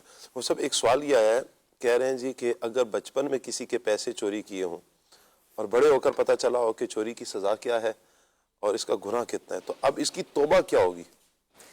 اس کی توبہ تو یہی ہے کہ سب سے پہلے تو وہ پیسے واپس کیے جائیں جس کے بھی جو ہے وہ آپ نے لیے ہیں. اب اس کے اندر کئی لوگوں کے ذہنوں میں یہ ہوتا ہے کہ اگر ہم واپس کریں گے تو پھر جو ہے وہ ایک تو شرمندگی ہوتی ہے کہ واپس جو ہے وہ ہم کیسے جو ہے وہ کریں. دوسرا یہ ہے کہ پھر سامنے والا ہو سکتا ہے کہ جو ہے وہ زیادہ چڑھائی جو ہے وہ کرے. خیر بچپن کا کوئی کام ہو تو اس کو تو آدمی ایکسکیوز کر کے جو ہے وہ آرام سے ریٹرن کر سکتا ہے. بس اوقات یوں ہوتا ہے کہ بڑے ہو کر بھی کوئی ایسا کام کیا، کسی ادارے میں کام کرتے تھے وہاں چوری کی یا کوئی اس طرح کے معاملات کیے، تو اب لوگوں کے ذہن میں آتا ہے کہ یار اب اویئرنیس اب ہوئی یا اب جو ہے وہ مسئلہ پتہ چلا کہ ایسا کرنا غلط تھا تو اب ہم واپس کرنا چاہتے ہیں. تو بہرحال واپس تو دیکھیں کرنا ہی ہو، بغیر بتا کر کرنا ضروری ہے کہ یہ چوری کیے تھے یا یہ کہ بتا کسی کے تھرو بھیج دیے جائیں؟ جی بتا کر کرنا ضروری نہیں ہے. ایسی صورت کے اندر فرسٹ چیز ہے کہ واپس کرنا. دوسرا یہ ہے کہ اس چیز پر جو آپ نے اس بندے کا حق تلف کیا ہے اس پر اس سے سوری کرنا، معافی مانگنا. یہ دونوں چیزیں ضروری ہیں. تو اب وہ چیز جو ہے وہ اس تک واپس چلی ہے، اس کا تو یہ طریقہ ہے کہ آپ وہ کسی بھی طریقے سے جو ہے وہ بھیج دیں. فی زمانہ اس کے بہت سارے ذرائع اور طریقے موجود ہیں آپ کے پاس. اگر ان کا اکاؤنٹ نمبر ہے تو آپ اس اکاؤنٹ میں ٹرانسفر جو ہے وہ رقم کر سکتے ہیں، یا ان کے تحت کسی با اعتماد شخص کے ذریعے سے وہاں تک جو ہے وہ پہنچا سکتے ہیں جس میں اس بات کا آپ کو ہو کہ بھئی یہ ان تک پہنچ جائیں گے.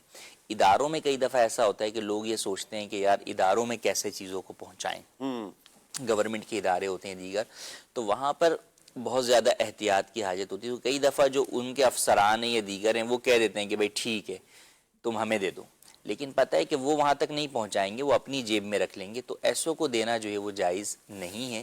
اس کے لیے کوئی نہ کوئی ایسا حل ہی جو ہے وہ تلاش کیا جائے جس کے اندر گورنمنٹ کا ادارہ ہے تو گورنمنٹ کی پاکٹ کے اندر پہنچے، پرائیویٹ ادارہ ہے تو سیٹ کی پاکٹ کے اندر جو ہے وہ پہنچے گا، تو ہی جو ہے وہ آپ اس سے بری ذمہ ہوں گے. پھر اس کے بعد آ جاتا ہے معاملہ معافی کا.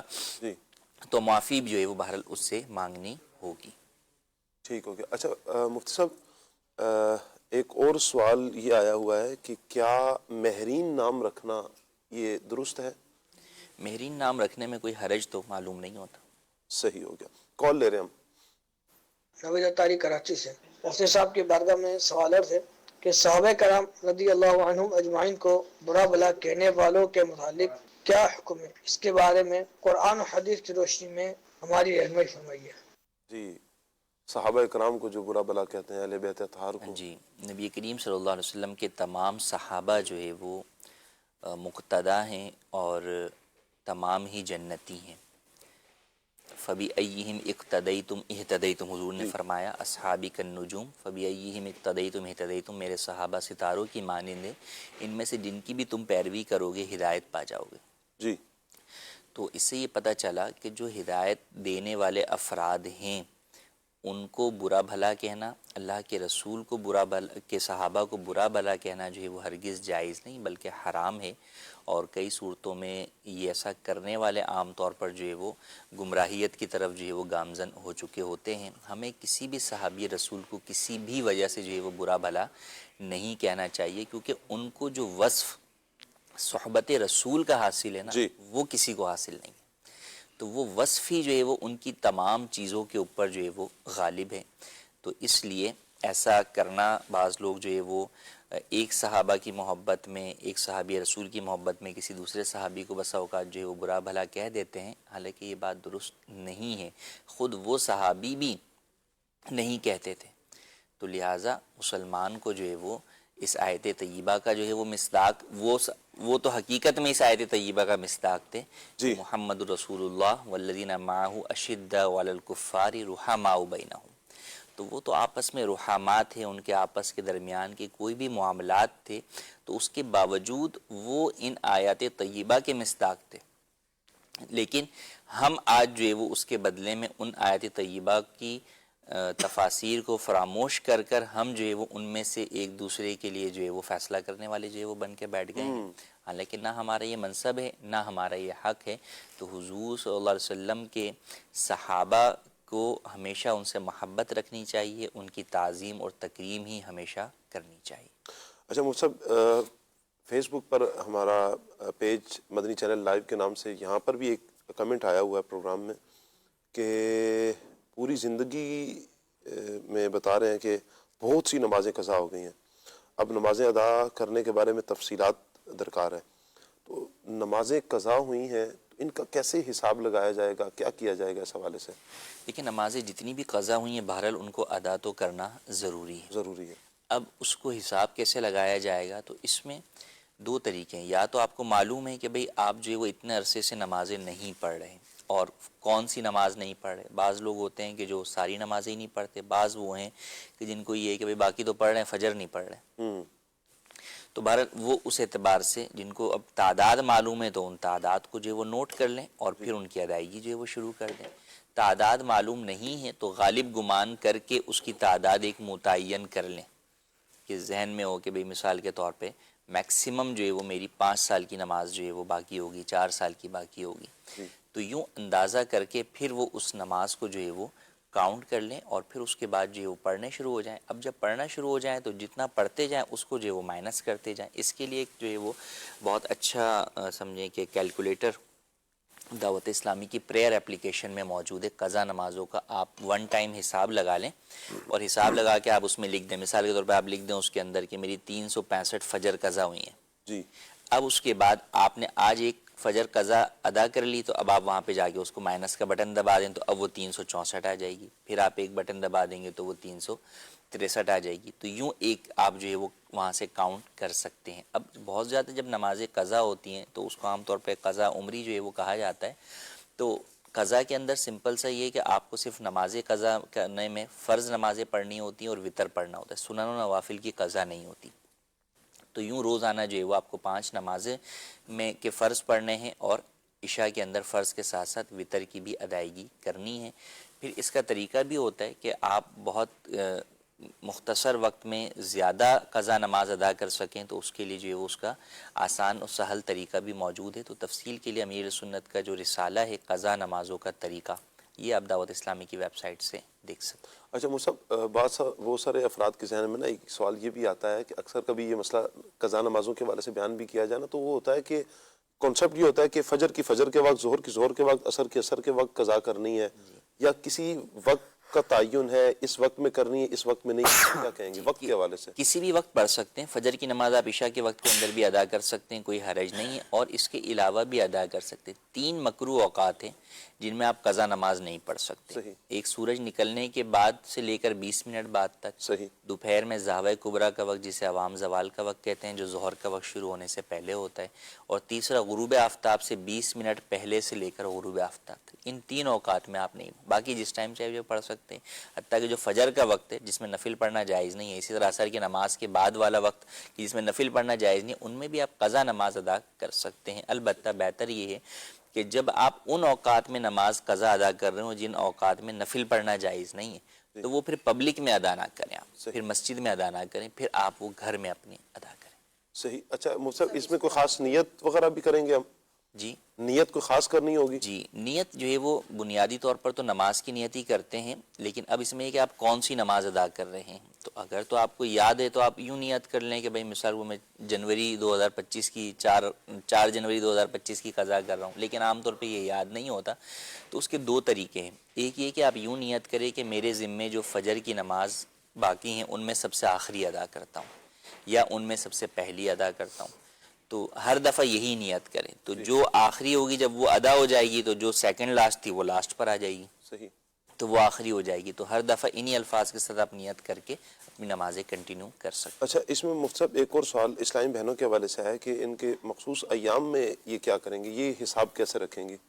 مخصوص ایام کی نمازیں جو ہے وہ ان کے اوپر دہرانی لازم نہیں ہوتی نا، مخصوص ایام کی جیسے آپ نے نمازیں، فرمایا نا کہ یہ اپلیکیشن کے حوالے سے کہ اس میں ون ٹائم اگر آپ کر لیں گے تو آپ آسانی ہو جائے گی، یہ تو چلیں جو مرد حضرات ہیں یہ تو کر لیں گے، لیکن اسلامی بہنیں اس میں کیا کریں گی؟ اسلامی بہنیں بھی اسی طریقے سے کریں گی، وہ اپنے جو مخصوص ایام ہیں ان کو مائنس کر لیں گی نا۔ جب وہ اپنی کیلکولیشن کریں گی تو جس عورت کو پتہ ہے کہ میں جو ہے وہ مہینے میں 5 دن جو ہے وہ میرے ناپاکی کے ہوتے ہیں، اور اس کے پچھلے جو ہے وہ 1 سال کی نماز کوئی جو ہے وہ باقی ہے، تو اس کا مطلب یہ ہے کہ وہ 12 مہینوں میں سے ہر مہینے میں 5 دن جو ہے وہ مائنس کر لے گی، ہر مہینے وہ 25 دن کے اعتبار سے اپنی نمازوں کو کاؤنٹ کرے گی، تو یوں کرنا ہوگا۔ تو یہ اوپر نیچے اگر کبھی ہوتے ہیں جس کو کنفرم نہ ہو کہ 5 ہیں 7 ہیں 10 وہ ہیں، صورت کے اندر جو ہے وہ منیمم والا سائڈ جو ہے وہ رکھ لیں، جب ان کو اندازہ نہیں، جتنا یاد ہے اتنا لے لیں، جتنا اگر مثلا 5 دن انہوں نے رکھ لیا اور 6 دن ان کے ہوتے ہیں، تو جب وہ اپنی نمازیں ادا کرنے جائیں گے تو جب ان کے فرض پورے ہو جائیں گے نا،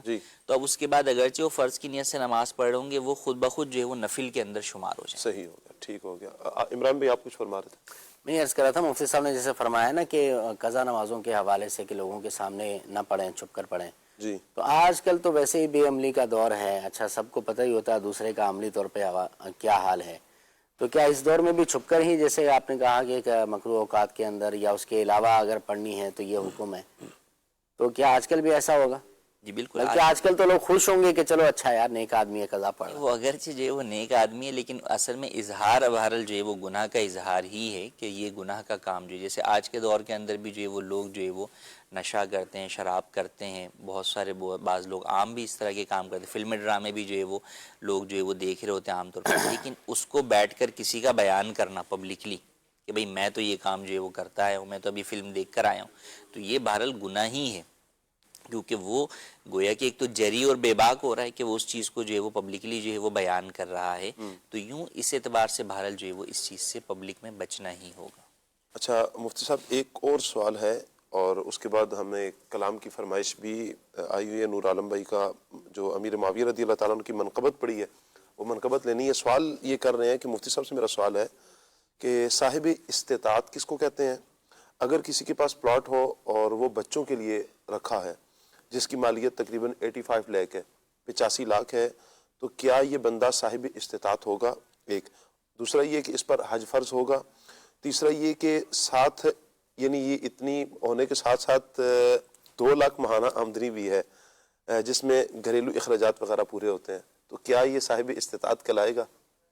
دیکھیں صاحب استطاعت لفظ جو ہے نا یہ بڑا کامن ورڈ ہے، شرعی اعتبار سے جو اس کے متبادل لفظ استعمال ہوتا ہے وہ غنی کا لفظ استعمال ہوتا ہے۔ اب یہ مختلف کیٹیگری کے اعتبار سے مختلف ہے، ایک صاحب استطاعت ہوتا ہے جس پر زکوٰۃ فرض ہوتی ہے، ایک صاحب استطاعت ہوتا ہے جس کے لیے زکوٰۃ لینا حرام ہوتی ہے، ایک صاحب استطاعت ہوتا ہے جس کے اوپر حج فرض ہو جاتا ہے، تو ہر ایک کے اعتبار سے صاحب استطاعت کا لیول جو ہے وہ جدا جدا ہے۔ اب چونکہ انہوں نے حج سے متعلق سوال کیا تو اس اعتبار سے دیکھیں اگرچہ آپ نے کوئی پلاٹ لے کر رکھا ہوا ہے بچوں کے لیے لے کر رکھا ہوا ہے لیکن ابھی چونکہ وہ آپ کی ملکیت ہی ہے, آپ نے آگے کیا کرنا ہے, بچوں کے لیے بنانا ہوگا یا جناب بچوں کو بیچ کر بچوں کی شادی میں لگانا ہوگا, لیکن ابھی وہ آپ کی ملکیت ہے اور ابھی آپ کی ضروریات زندگی سے وہ اضافی ہے تو اس کی مالیت کی وجہ سے آپ پر حج فرض تو لازم ہوگا. اچھا اب کیا اس کی وجہ سے زکوٰۃ بھی لازم ہوگی؟ تو اگر آپ نے بیچنے کے لیے وہ نہیں خریدا ہوا تو اس کے اوپر زکوٰۃ لازم نہیں ہوگی آپ کے اوپر. اب تیسرا پہلو ہے کہ کیا آپ زکوٰۃ لے سکتے ہیں؟ نہیں, زکوٰۃ لے نہیں سکتے کیونکہ آپ کے پاس 52.5 تولہ چاندی کی مالیت کے برابر بلکہ اس سے کہیں زیادہ مالیت کا مال ضروریات زندگی کے علاوہ موجود ہے جو کہ اس پلاٹ کی صورت میں ہے, تو اس لیے آپ زکوٰۃ لے نہیں سکتے. قربانی بھی آپ پہ واجب ہوگی, صدقہ فطر بھی واجب ہوگا, حج بھی آپ کے اوپر جو ہے وہ فرض ہوگا, صرف زکوٰۃ لازم نہیں ہوگی جبکہ آپ نے بیچنے کے لیے نہیں خریدا. کال لے رہے ہیں ہمیں جی. میرا مفتی صاحب سے سوال یہ ہے کہ آسمانی کتابیں تو 4 ہیں لیکن اللہ پاک نے صرف قرآن پاک کا ہی ذمہ کیوں لیا ہے, باقی 3 کا ذمہ کیوں نہیں لیا؟ جواب عنایت فرما دیں. یعنی حفاظت کا فرما رہے ہوں گے جی, اللہ پاک نے قرآن پاک کی حفاظت کا دیکھیے تو اللہ پاک کی مشیت اور اللہ پاک کا جو ہے وہ فیصلہ ہے. اللہ پاک نے پہلی امتوں کے اوپر جو ہے وہ نازل فرمائی اور ان کی ذمہ داری انہی کے حوالے جو ہے وہ کی, چونکہ یہ آخری کتاب تھی. نبی کریم صلی اللہ علیہ وسلم جو ہے وہ آخری نبی ہیں, آپ کے بعد جو ہے وہ اب کسی نبی نے نہیں آنا, تو اس لیے اب آخری کتاب کا محفوظ ہونا یہ ضروری تھا تاکہ تا قیامت جو ہے وہ اسی کے اوپر عمل ہو سکے. اس لیے اللہ پاک نے اس کا اپنا ذمہ جو ہے وہ اس کی حفاظت کا ذمہ لیا.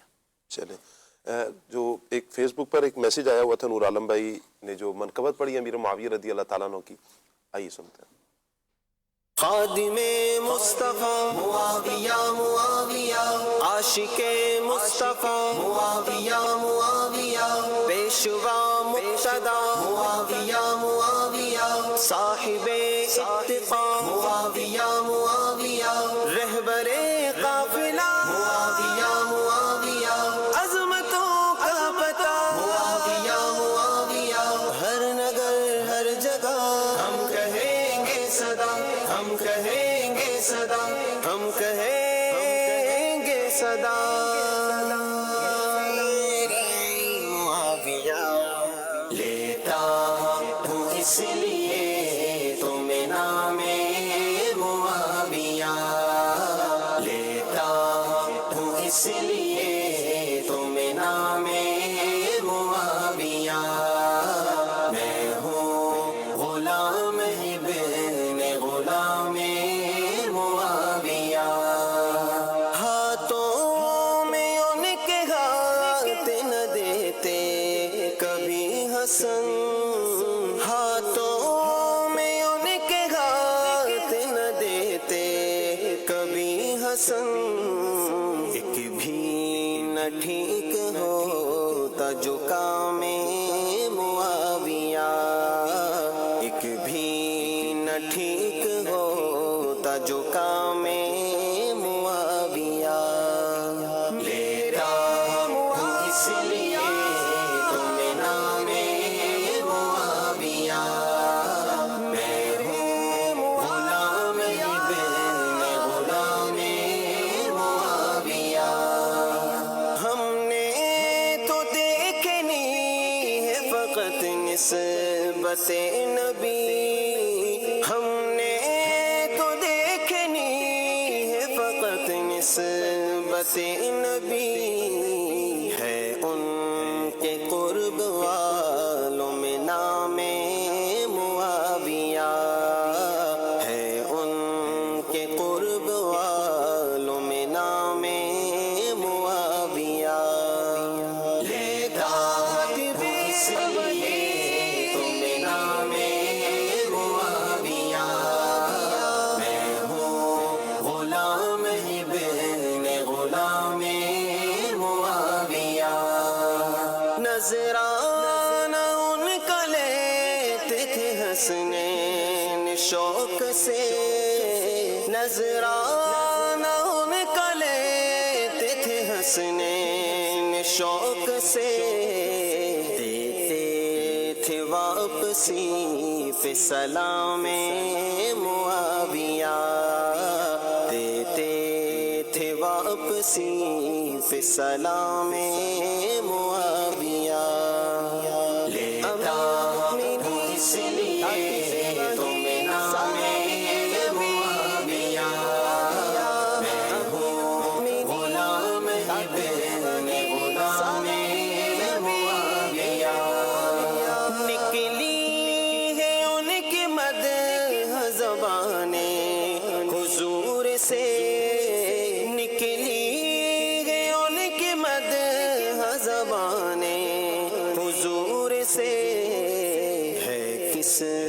قدر بلند مقام معاویہ ہے، کس قدر بلند مقام معاویہ، لیتا ہوں اس لیے تمہیں نام معاویہ، میں ہوں غلام ابن غلام معاویہ، مولا علی نے جانا نہ ان کو کبھی برا، مولا علی نے جانا نہ ان کو کبھی برا، وہ بھی ادب سے لیتے تھے نام معاویہ، وہ بھی ادب سے لیتے تھے نام معاویہ، لیتا ہوں اس لیے تمہیں نام معاویہ، میں ہوں غلام ابن غلام معاویہ، یہ ہے رضا کا فیض کہ راشد کے ہاتھ میں، یہ ہے رضا کا فیض کہ راشد کے ہاتھ میں، حب علی کی میں ہے اور جام معاویہ، حب علی کی میں ہے اور جام معاویہ، لیتا ہوں اس لیے تمہیں نام معاویہ، میں ہوں غلام ابن غلام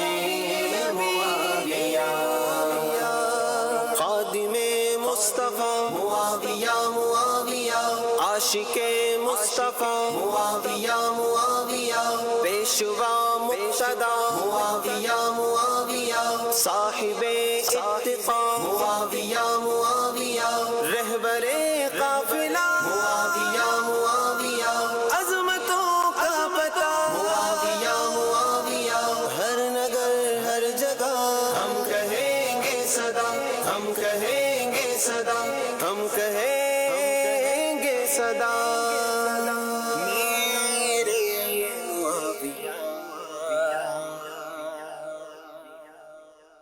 صلو علی الحبیب صلی اللہ تعالی علی محمد صلی اللہ تعالی علیہ وآلہ وسلم۔ مدنی چینل کے ناظرین، آپ دیکھ رہے ہوں گے کہ صوفے پر کچھ دیر پہلے مبلغین تمام تشریف فرما تھے اور اب یہاں نیچے بیٹھ گئے ہیں۔ اس کی کیا وجہ ہے آپ دیکھ رہے ہیں۔ آج حضرت امیر معاویہ رضی اللہ تعالی عنہ کا عرس ہے، سبحان اللہ، تو نیاز کا اہتمام بھی یہاں پر کیا گیا ہے۔ اللہ پاک سب کو برکتیں عطا فرمائے۔ یہاں پر کچھ سوالات نیاز کے حوالے سے بھی ہیں، کنڈے کا ختم دلانا کیا مناسب ہوتا ہے، یہ جائز ہے ناجائز ہے، کچھ اس طرح کے سوالات بھی ہیں، لیکن پہلے ہم ختم شریف پڑھ لیتے ہیں، پھر ساتھ ساتھ انشاءاللہ نیاز بھی مبلغین تناول فرمائیں گے اور ساتھ انشاءاللہ مفتی صاحب کی برکتیں بھی ہم لیتے رہیں گے، کلام بھی انشاءاللہ ہم سنیں گے۔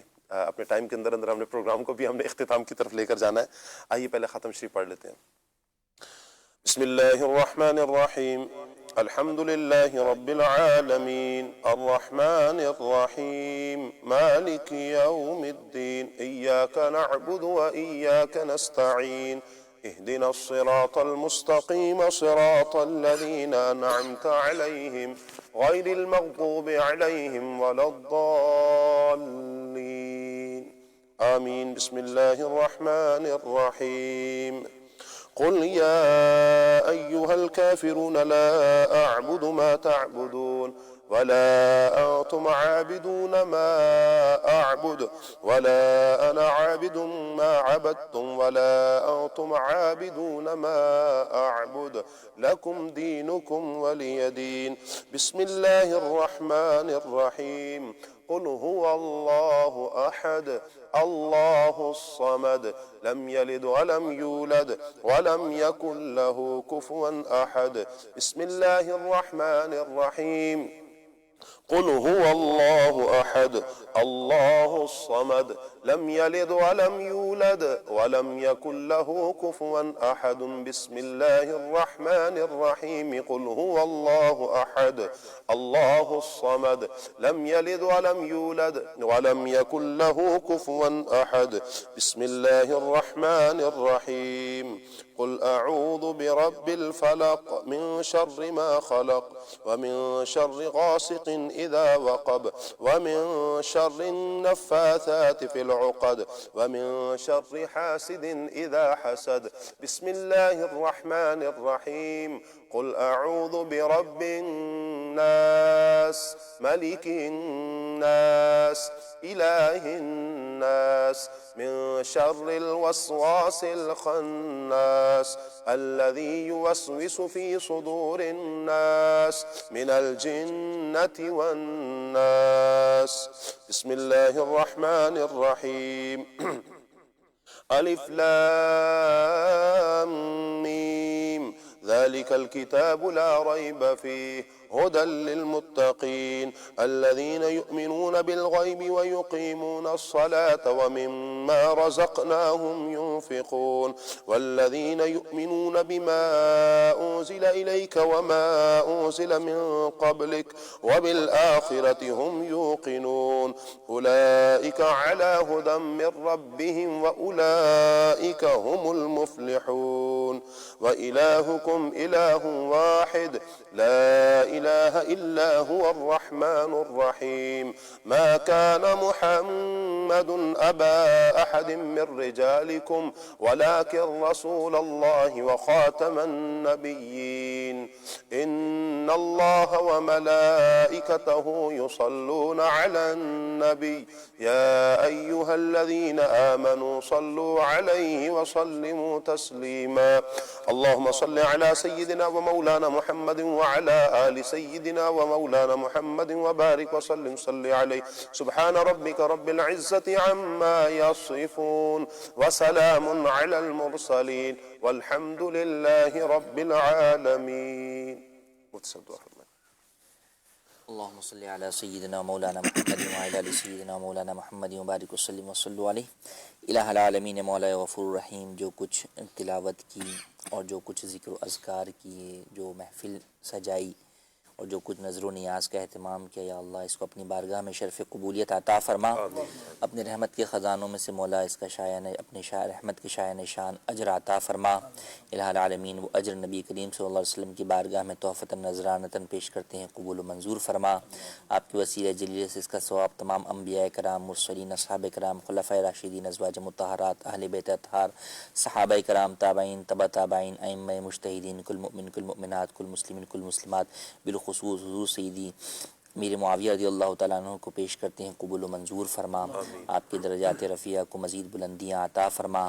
آپ کے صدقے میں مولا ہمارے والدین کی اور تمام امت مسلمہ کی مغفرت فرما. الہ العالمین بیماروں کو شفا عطا فرما، بے روزگاروں کو حلال روزگار عطا فرما، روزگار والوں کے روزگار میں برکتیں عطا فرما، پریشان حال مسلمانوں کی پریشانیاں دور فرما، قرض داروں کو قرض سے خلاصی عطا فرما. ہمارے ملک میں مولا استحکام عطا فرما. الہ العالمین ہم تمام کی تمام جائز حاجات مرادیں پوری فرما. وصلی اللہ تعالی علی حبیبہ و نور عرشہ محمد وعلی آلہ وصحبہ اجمعین برحمتک یا ارحم الراحمین. کھانے کی دعا عمران بھائی. بسم اللہ الرحمن الرحیم. بسم اللہ الرحمن الرحیم. الصلاۃ والسلام علیک یا رسول اللہ، الصلاۃ والسلام علیک وعلی آلک واصحابک یا حبیب اللہ. وعلی آلک واصحابک یا حبیب بسم اللہ الذی بسم اللہ الذی لا یضر لا یضر مع اسمہ مع اسمہ شیء فی الارض ولا فی السماء یا حی یا قیوم. یا حی یا بسم اللہ وعلى بركة الله يا واسع المغفرة يا واجد. الصلاة والسلام عليك يا نبي الله وعلى آلك وأصحابك يا نور الله. وعلى آلك وأصحابك يا نور الله.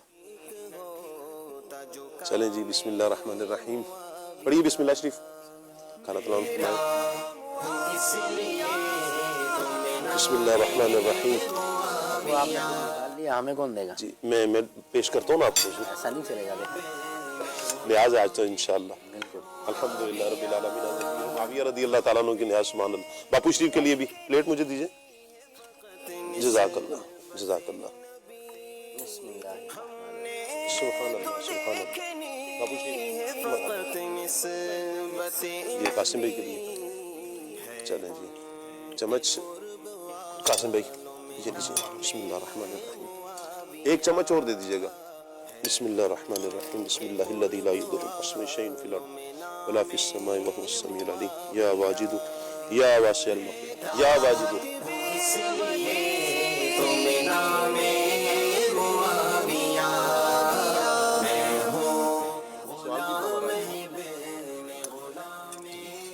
یہ کیا ہے نیاز سب کیا کہیں گے؟ جائز ہے جائز نہیں ہے؟ دیکھیں نیاز کوئی سی بھی ہو اس کا بنیادی مقصد ہوتا ہے ایصال ثواب. جی یعنی آپ وہ جو اہتمام کرتے ہیں کھانے کا وہ کھانا پھر غریبوں میں تقسیم کیا جاتا ہے یا دوست احباب جو ساتھ آتے ہیں انہیں کھانا کھلاتے ہیں. تو کھانا کھلانا جو ہے وہ ایک بہت عظیم نیکی ہے اور ثواب کا کام ہے. سبحان اللہ. بھوکے کو کھلائیں تو بھی ثواب ہے, غریب کو کھلائیں تو بھی ثواب ہے, اور آپ دوست احباب کو کھلائیں تو وہ بھی اچھی نیت کے ساتھ جو ہے وہ ثواب ہے. تو یہ ثواب در حقیقت جو ہے وہ آپ ایصال کرتے ہیں ان بزرگ رحمۃ اللہ علیہ کی روح کو جن کا بھی عرس ہوتا ہے. تو اب بنیادی طور پر تو ایصال ثواب ہے اور ایصال ثواب قرآن و حدیث سے ثابت ہے. اب اس کے طریقے جو ہے وہ عرف کے اعتبار سے ہمارے یہاں مختلف جو ہے وہ ہیں. بعض کے ایصال ثواب کے اوپر بریانی بنتی ہے, بعض کے ایصال ثواب کے موقع پر عرس کے موقع کے اوپر جو ہے وہ کنڈوں کا فاتحہ کا جو ہے وہ اہتمام ہوتا ہے. تو یہ جو عرفاً چیزوں کی تخصیص ہے اس کا کوئی وہ نہیں ہے کہ یہی ضروری ہے. کوئی اگر کنڈوں کی فاتحہ کے اندر جو ہے وہ بریانی کی جو ہے وہ دیکھ کھلائے تو بھی جائز ہے, اس میں کوئی جو ہے وہ حرج نہیں ہے. تو ایک عرفاً ہے کہ ایک ہمارے ہاں بر صغیر میں یا پاک و ہند کے اندر جو ہے وہ یہ چیزیں جو ہے وہ معروف ہو گئی ہیں کہ فلاں بزرگ کی نیاز اس چیز پہ دلائی جاتی ہے. تو اس میں کوئی حرج بھی جو ہے وہ نہیں ہے. البتہ اس میں جو بعض لوگ اپنے طرف سے کچھ پابندیاں جو ہے وہ لگا دیتے ہیں کہ کنڈے جو ہے وہ اگر بنیں گے تو وہ گھر سے باہر نہیں نکالیں گے, گھر میں ہی لا کے جو ہے وہ کھلائیں گے, یا جو ہے وہ حاملہ عورت یا جو ہے وہ حائضہ عورت نہیں کھائے گی. تو اس طرح کے یہ کانسیپٹ جو ہے وہ درست نہیں ہے. تو یہ غیر شرعی کانسیپٹ ہے. ہر کوئی کھا سکتا ہے, ہر مسلمان جو ہے وہ کھا سکتا ہے, گھر سے باہر بھی لے جا کے جو ہے وہ کھا سکتا ہے اور گھر میں بیٹھ کر بھی کھا سکتا ہے. بہت اچھا لگ رہا ہے آپ بیان کرتے ہوئے ماشاءاللہ. میں چاہتا ہوں آپ بیان کرتے رہے. اللہ آپ کو برکت عطا فرمائے. مدنی چینل کے ناظرین یہاں پر تو الحمدللہ نیاز کا سلسلہ ہے. اگر آپ نے نیاز نہیں کی آج آپ بھی نیاز کر لیجئے. حضرت امیر معاویہ رضی اللہ تعالیٰ عنہ کی نیاز, دیگر جن بزرگان دین کے آراس آتے ہیں تو نیاز تو کیا ہی کریں. الحمدللہ نیاز تو ہوتی رہتی ہے, کرنی بھی چاہیے. بہرحال ابھی ہمارے پاس حضرت امیر معاویہ رضی اللہ تعالیٰ عنہ کے حوالے سے حمزہ کارٹون ہے, آئیے آپ کو دکھاتے ہیں.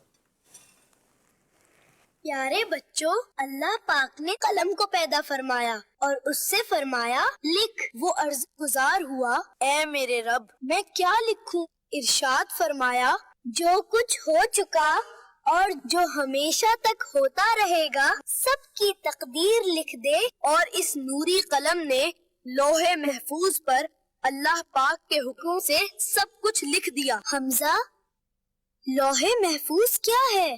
لوح محفوظ ایک خاص تختی ہے جو سفید موتی سے بنی ہے. اس کا قلم بھی نور ہے اور اس پر لکھی ہوئی تحریر بھی نور ہے. سب سے پہلے لوح محفوظ میں کیا لکھا گیا؟ قلم نے سب سے پہلے اللہ پاک کے حکم سے لکھا, اللہ کے سوا کوئی عبادت کے لائق نہیں اور محمد صلی اللہ علیہ وآلہ وصحبہ وسلم اللہ کے رسول ہیں. پیارے بچوں, قلم کے نام سے قرآن پاک کی ایک مکمل سورہ موجود ہے. سبحان اللہ. پیارے بچوں, قلم کتنی اہمیت رکھتا ہے. حضرت عبداللہ بن عمر رضی اللہ عنہما فرماتے ہیں اللہ پاک کے آخری نبی صلی اللہ علیہ وآلہ وسلم نے ارشاد فرمایا علم کو قید کر لو. میں نے عرض کی اسے قید کرنا کیا ہے؟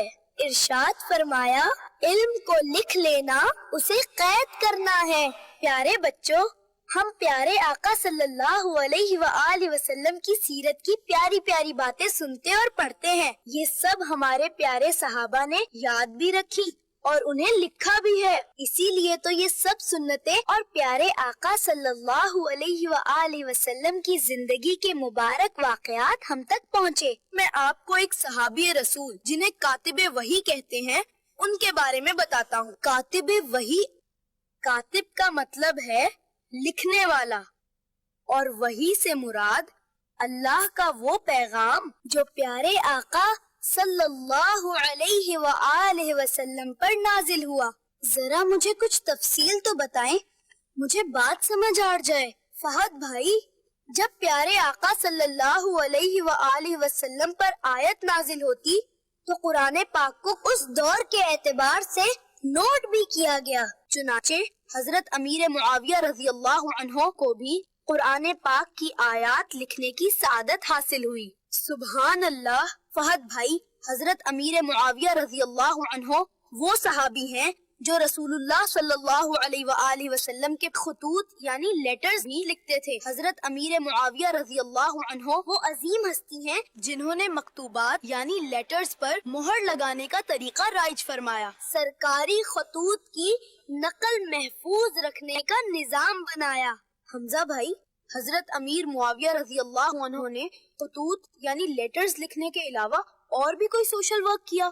جی، بہت سارے ایسے کام کیے جس سے لوگوں کو بہت فائدہ پہنچا. تو بتائیے نا، آپ رضی اللہ عنہ نے نئے آباد ہونے والے علاقوں میں جن جن چیزوں کی ضرورت تھی ان کا انتظام فرمایا. لوگوں کو پانی فراہم کرنے کے لیے نہری نظام قائم فرمایا. اسی طرح بچے کی ولادت کے بارے میں معلومات رکھنے کا حکم دیا تاکہ ان کے وظائف کی ترکیب بنا سکیں. ہر علاقے میں ایک ایک افسر مقرر تھا تاکہ وہ لوگوں کی معمولی ضرورتیں خود پوری کرے اور بڑی ضرورتوں سے آپ رضی اللہ عنہ کو آگاہ کرے. حمزہ بھائی، حضرت امیر معاویہ رضی اللہ عنہ تو کمال پرسنالٹی تھے. بے شک ہمارے پیارے آقا صلی اللہ علیہ وآلہ وسلم کے ہر صحابی ہمارے لیے عزت و شان والے ہیں، بلکہ میں تو کہتا ہوں وہ ہمارے ہیرو ہیں.